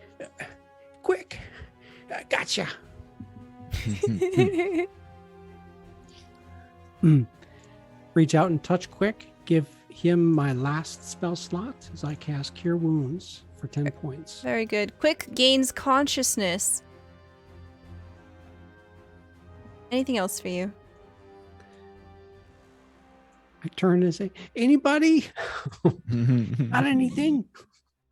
That's it. Finn, it's your turn. We're still I'm gonna- grappled. Yeah, I'm gonna do the smart thing and actually try and get out of the grapple. Okay. So this will be a contested grapple check. So since you're grappled, you have two choices. You can do athletics or acrobatics. It will have to use strength to try to keep its grip on you. You said athletics or acrobatics? Yep, you get to pick. Athletics for sure. Okay. It rolled a 12. 15. You have broken free. That uses your action. That's fine. Okay. Anything else for you? Nothing else I can do. Okay. Penny.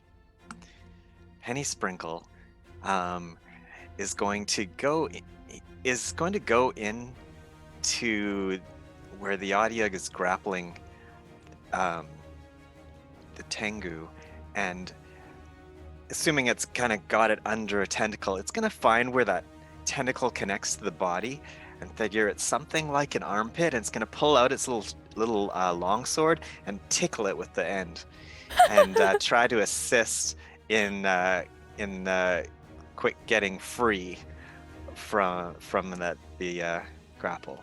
I love that. Oh my god. That's amazing. All right. So Penny uses the help action. It is the Odiug's turn. It has a multi-attack. It is going to try to bite you, Pole. I hope you're tasty. Does a 17 hit you? It does. All right. You take 13 piercing damage, and I need a con save. All right. Con save. You have to beat 15. Nope. Okay, you are now poisoned. Did you have a blessing? Did you cast Blessing? No. Did he have a chat blessing? Oh, yes. Okay, so we use something that we call blessings. It is a pocket advantage die that you can use whenever you want. So if you want to do a re-roll right now, you can absolutely do that. You have to roll again. Well, since I failed, I think that's a good idea. Okay, absolutely. So go ahead and roll again, and we'll take the first number. Beat a 15. Constitution. Yay! Absolutely. Okay, so you're not poisoned here I with feel that 20. blessed. You feel blessed. Thank you, chat. Okay. Yeah, you do take 13 piercing damage. This massive mouth just... And you feel a slight burn, but it doesn't take hold. It is going to use a tentacle attack on Finn. 18? Okay, you take 10. Go back to 0. You were grappled. Okay, this is so mean. The second tentacle attack is going to be a tentacle slam. Okay, slams creatures grappled by it into each other or on a solid surface. Each creature must succeed on a DC 14 con save or take 2d6 plus 3 bludgeoning damage. So Finn automatically fails this because you're unconscious. 2d6 plus 3. So you get 1 death fail, Finn, for taking damage. And Quick takes 8 damage here. Oh wait, no. Quick gets a roll. Con save. Oh, shit. Nice. Okay. Uh-oh.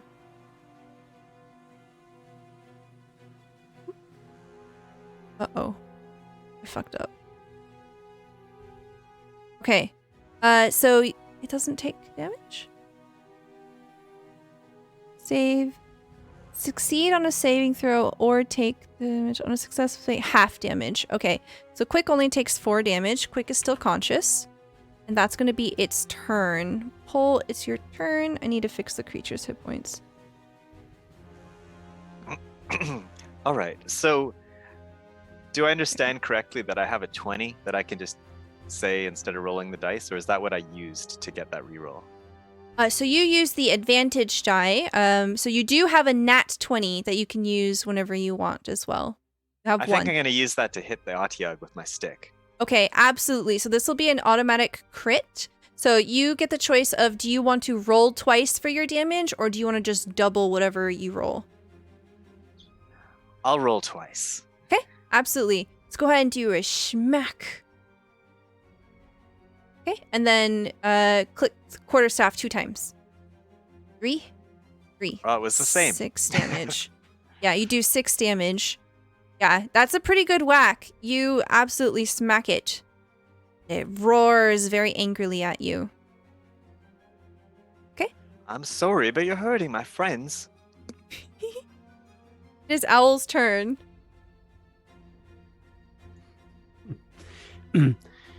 Yep. Owl does his business. If he could attack, he would. In fact, he probably does to no effect. But then it Clawing at the retreats. rubbery skin. Yeah. He's Garen. making all kinds of owl sounds. Whoo. Just with angry eyebrows. Whoo. All right. Oh, Garen's gonna line up another shot as soon as I find my character sheet. Okay. Oh, 10 is a miss. but He do had I still have advantage? He had You do have advantage. I'm sorry. Okay. You are correct. Okay, that is... Guess what? That's it. That's it, baby. Yes. Good friends. job. My friends. Oh. Tell me what this last shot looks like in this desperate moment. Finn is unconscious. Quick is dying. They're being slammed together.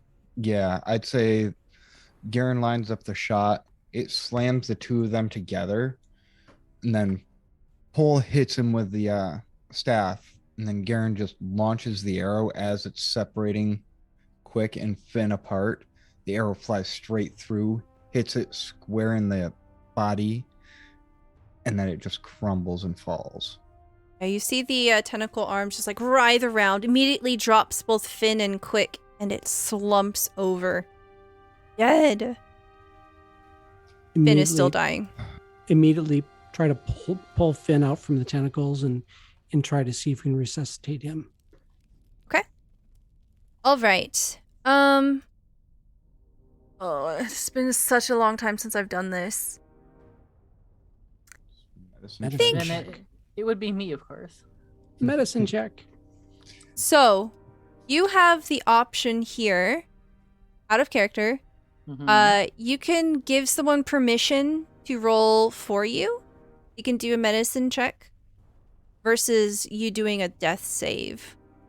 I think the safer bet would probably try to get someone to roll medicine on me.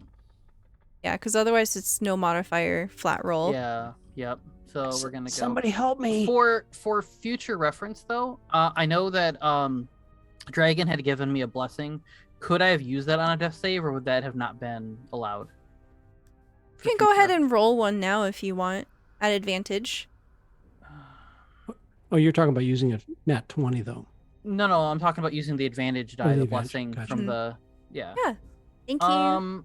Yeah, I guess I could try it. So it would Yeah, be the odds are in your favor. Yeah. Yep, so advantage. Yep, okay. Roll again in case it's a nat 20. Okay, so you get 1 succeed. All right. Yeah, Garen. Oh, will we'll try come to help over. you. Yeah. So this is at advantage, KayBee. Do medicine check. So for dramatic effect, somebody help me.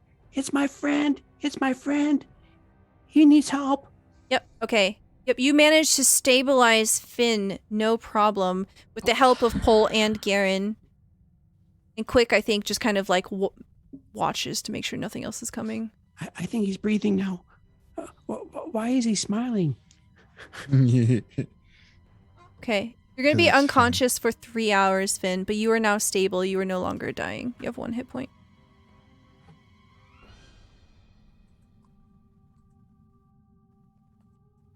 And this hero stuff is hard. That was pretty scary, isn't it? Well, we still have to worry about these purple things. Maybe we should go somewhere else. I think so. All right. Does the group want to retreat to a safe spot? Yeah. Yes. All right. So we see our heroes gathering together, Finn. They begin to retreat out of the Odiug's lair here, leaving these faintly glowing crystals behind. And that is where we're going to end our session for tonight.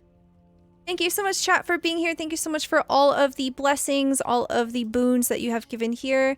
And Paul, as the group of you are making your way to somewhere safe, probably the previous chamber that you had been in, what are you wishing for right now?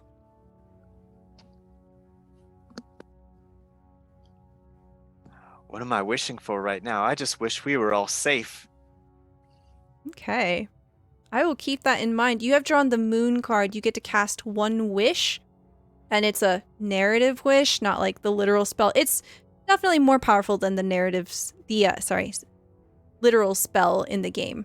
But you'll see the effects of that card next time. Wish we were all safe. Very, very good.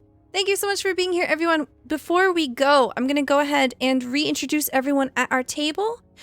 Please tell me who you are, where we can find you, and what your favorite part of today's episode was. And we're going to start off with GeekDice.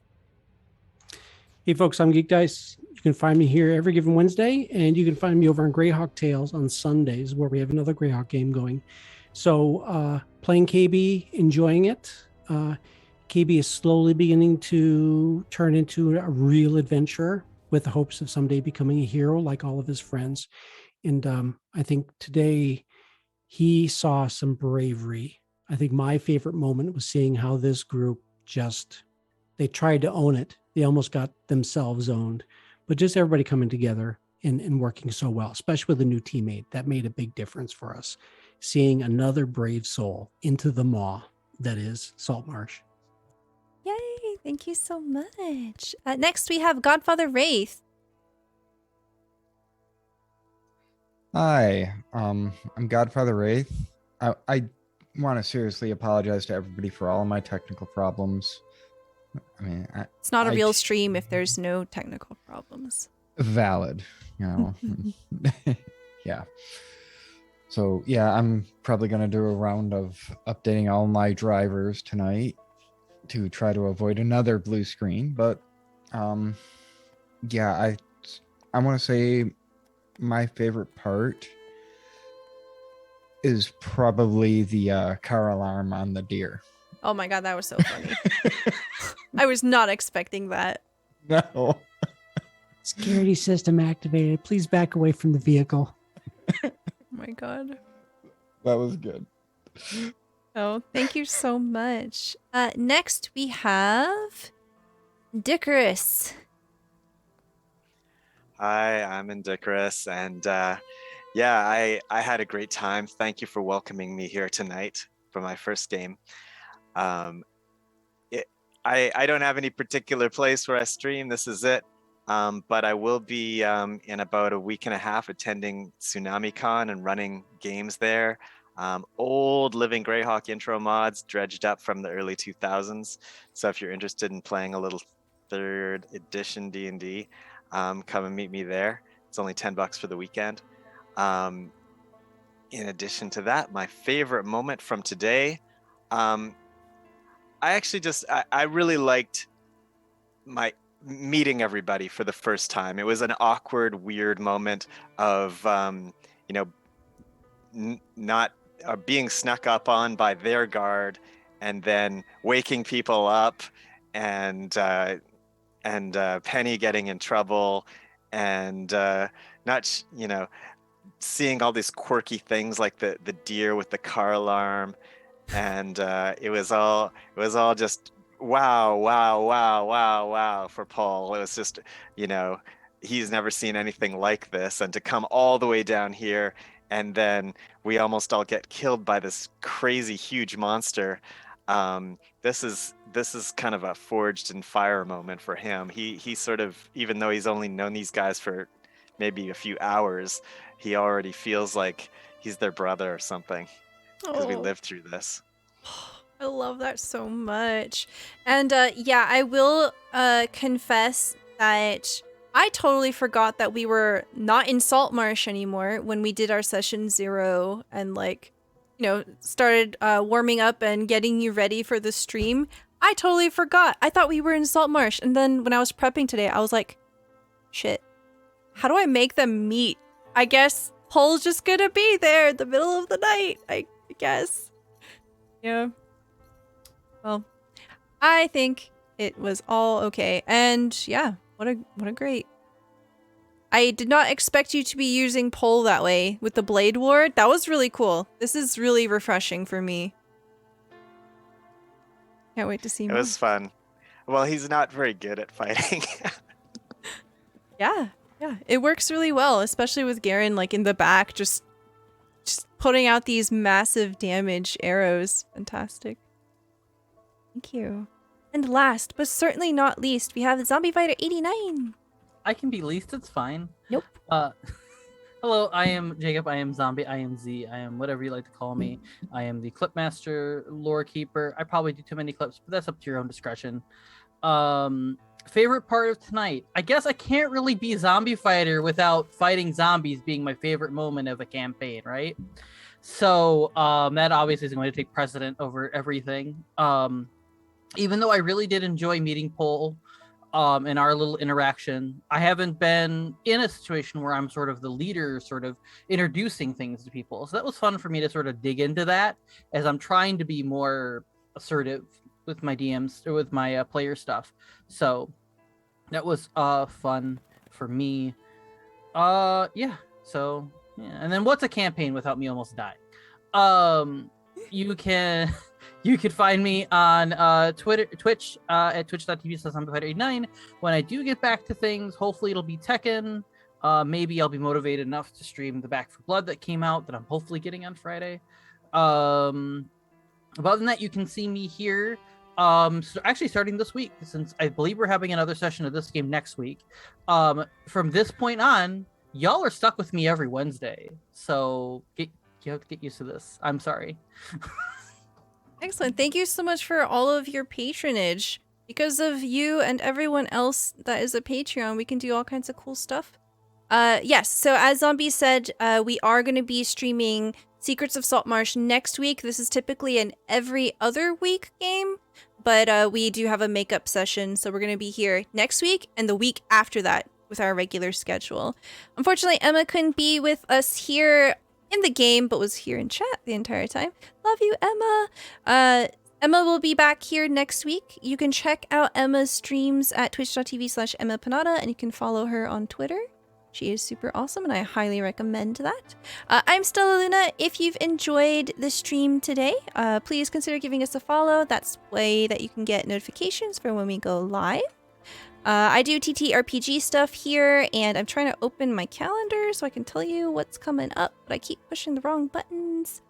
All right, tomorrow I'm going to be over at Runaway Robots channel at 9 p.m. We're going to be playing Ruin Lapis, where I get to play a time wizard. I hope that you can join us for that. And then we have our regularly scheduled Unbound, our 5th edition D&D campaign that uses adventures from Uncaged Anthology at 9 p.m. And this weekend, 9 p.m. is going to be our first episode of a spooky 3-shot adventure. It is going to be using the system Quest. I highly recommend you come check it out. It is going to be super, super fun. And we've got some really chaotic, really wholesome, adorable shit planned for that. But also spooky. It's going to be a great mix. Yeah, that's going to be it for us. Hope you have a wonderful rest of your night. And we'll see you on Friday. Take care, everyone. Bye!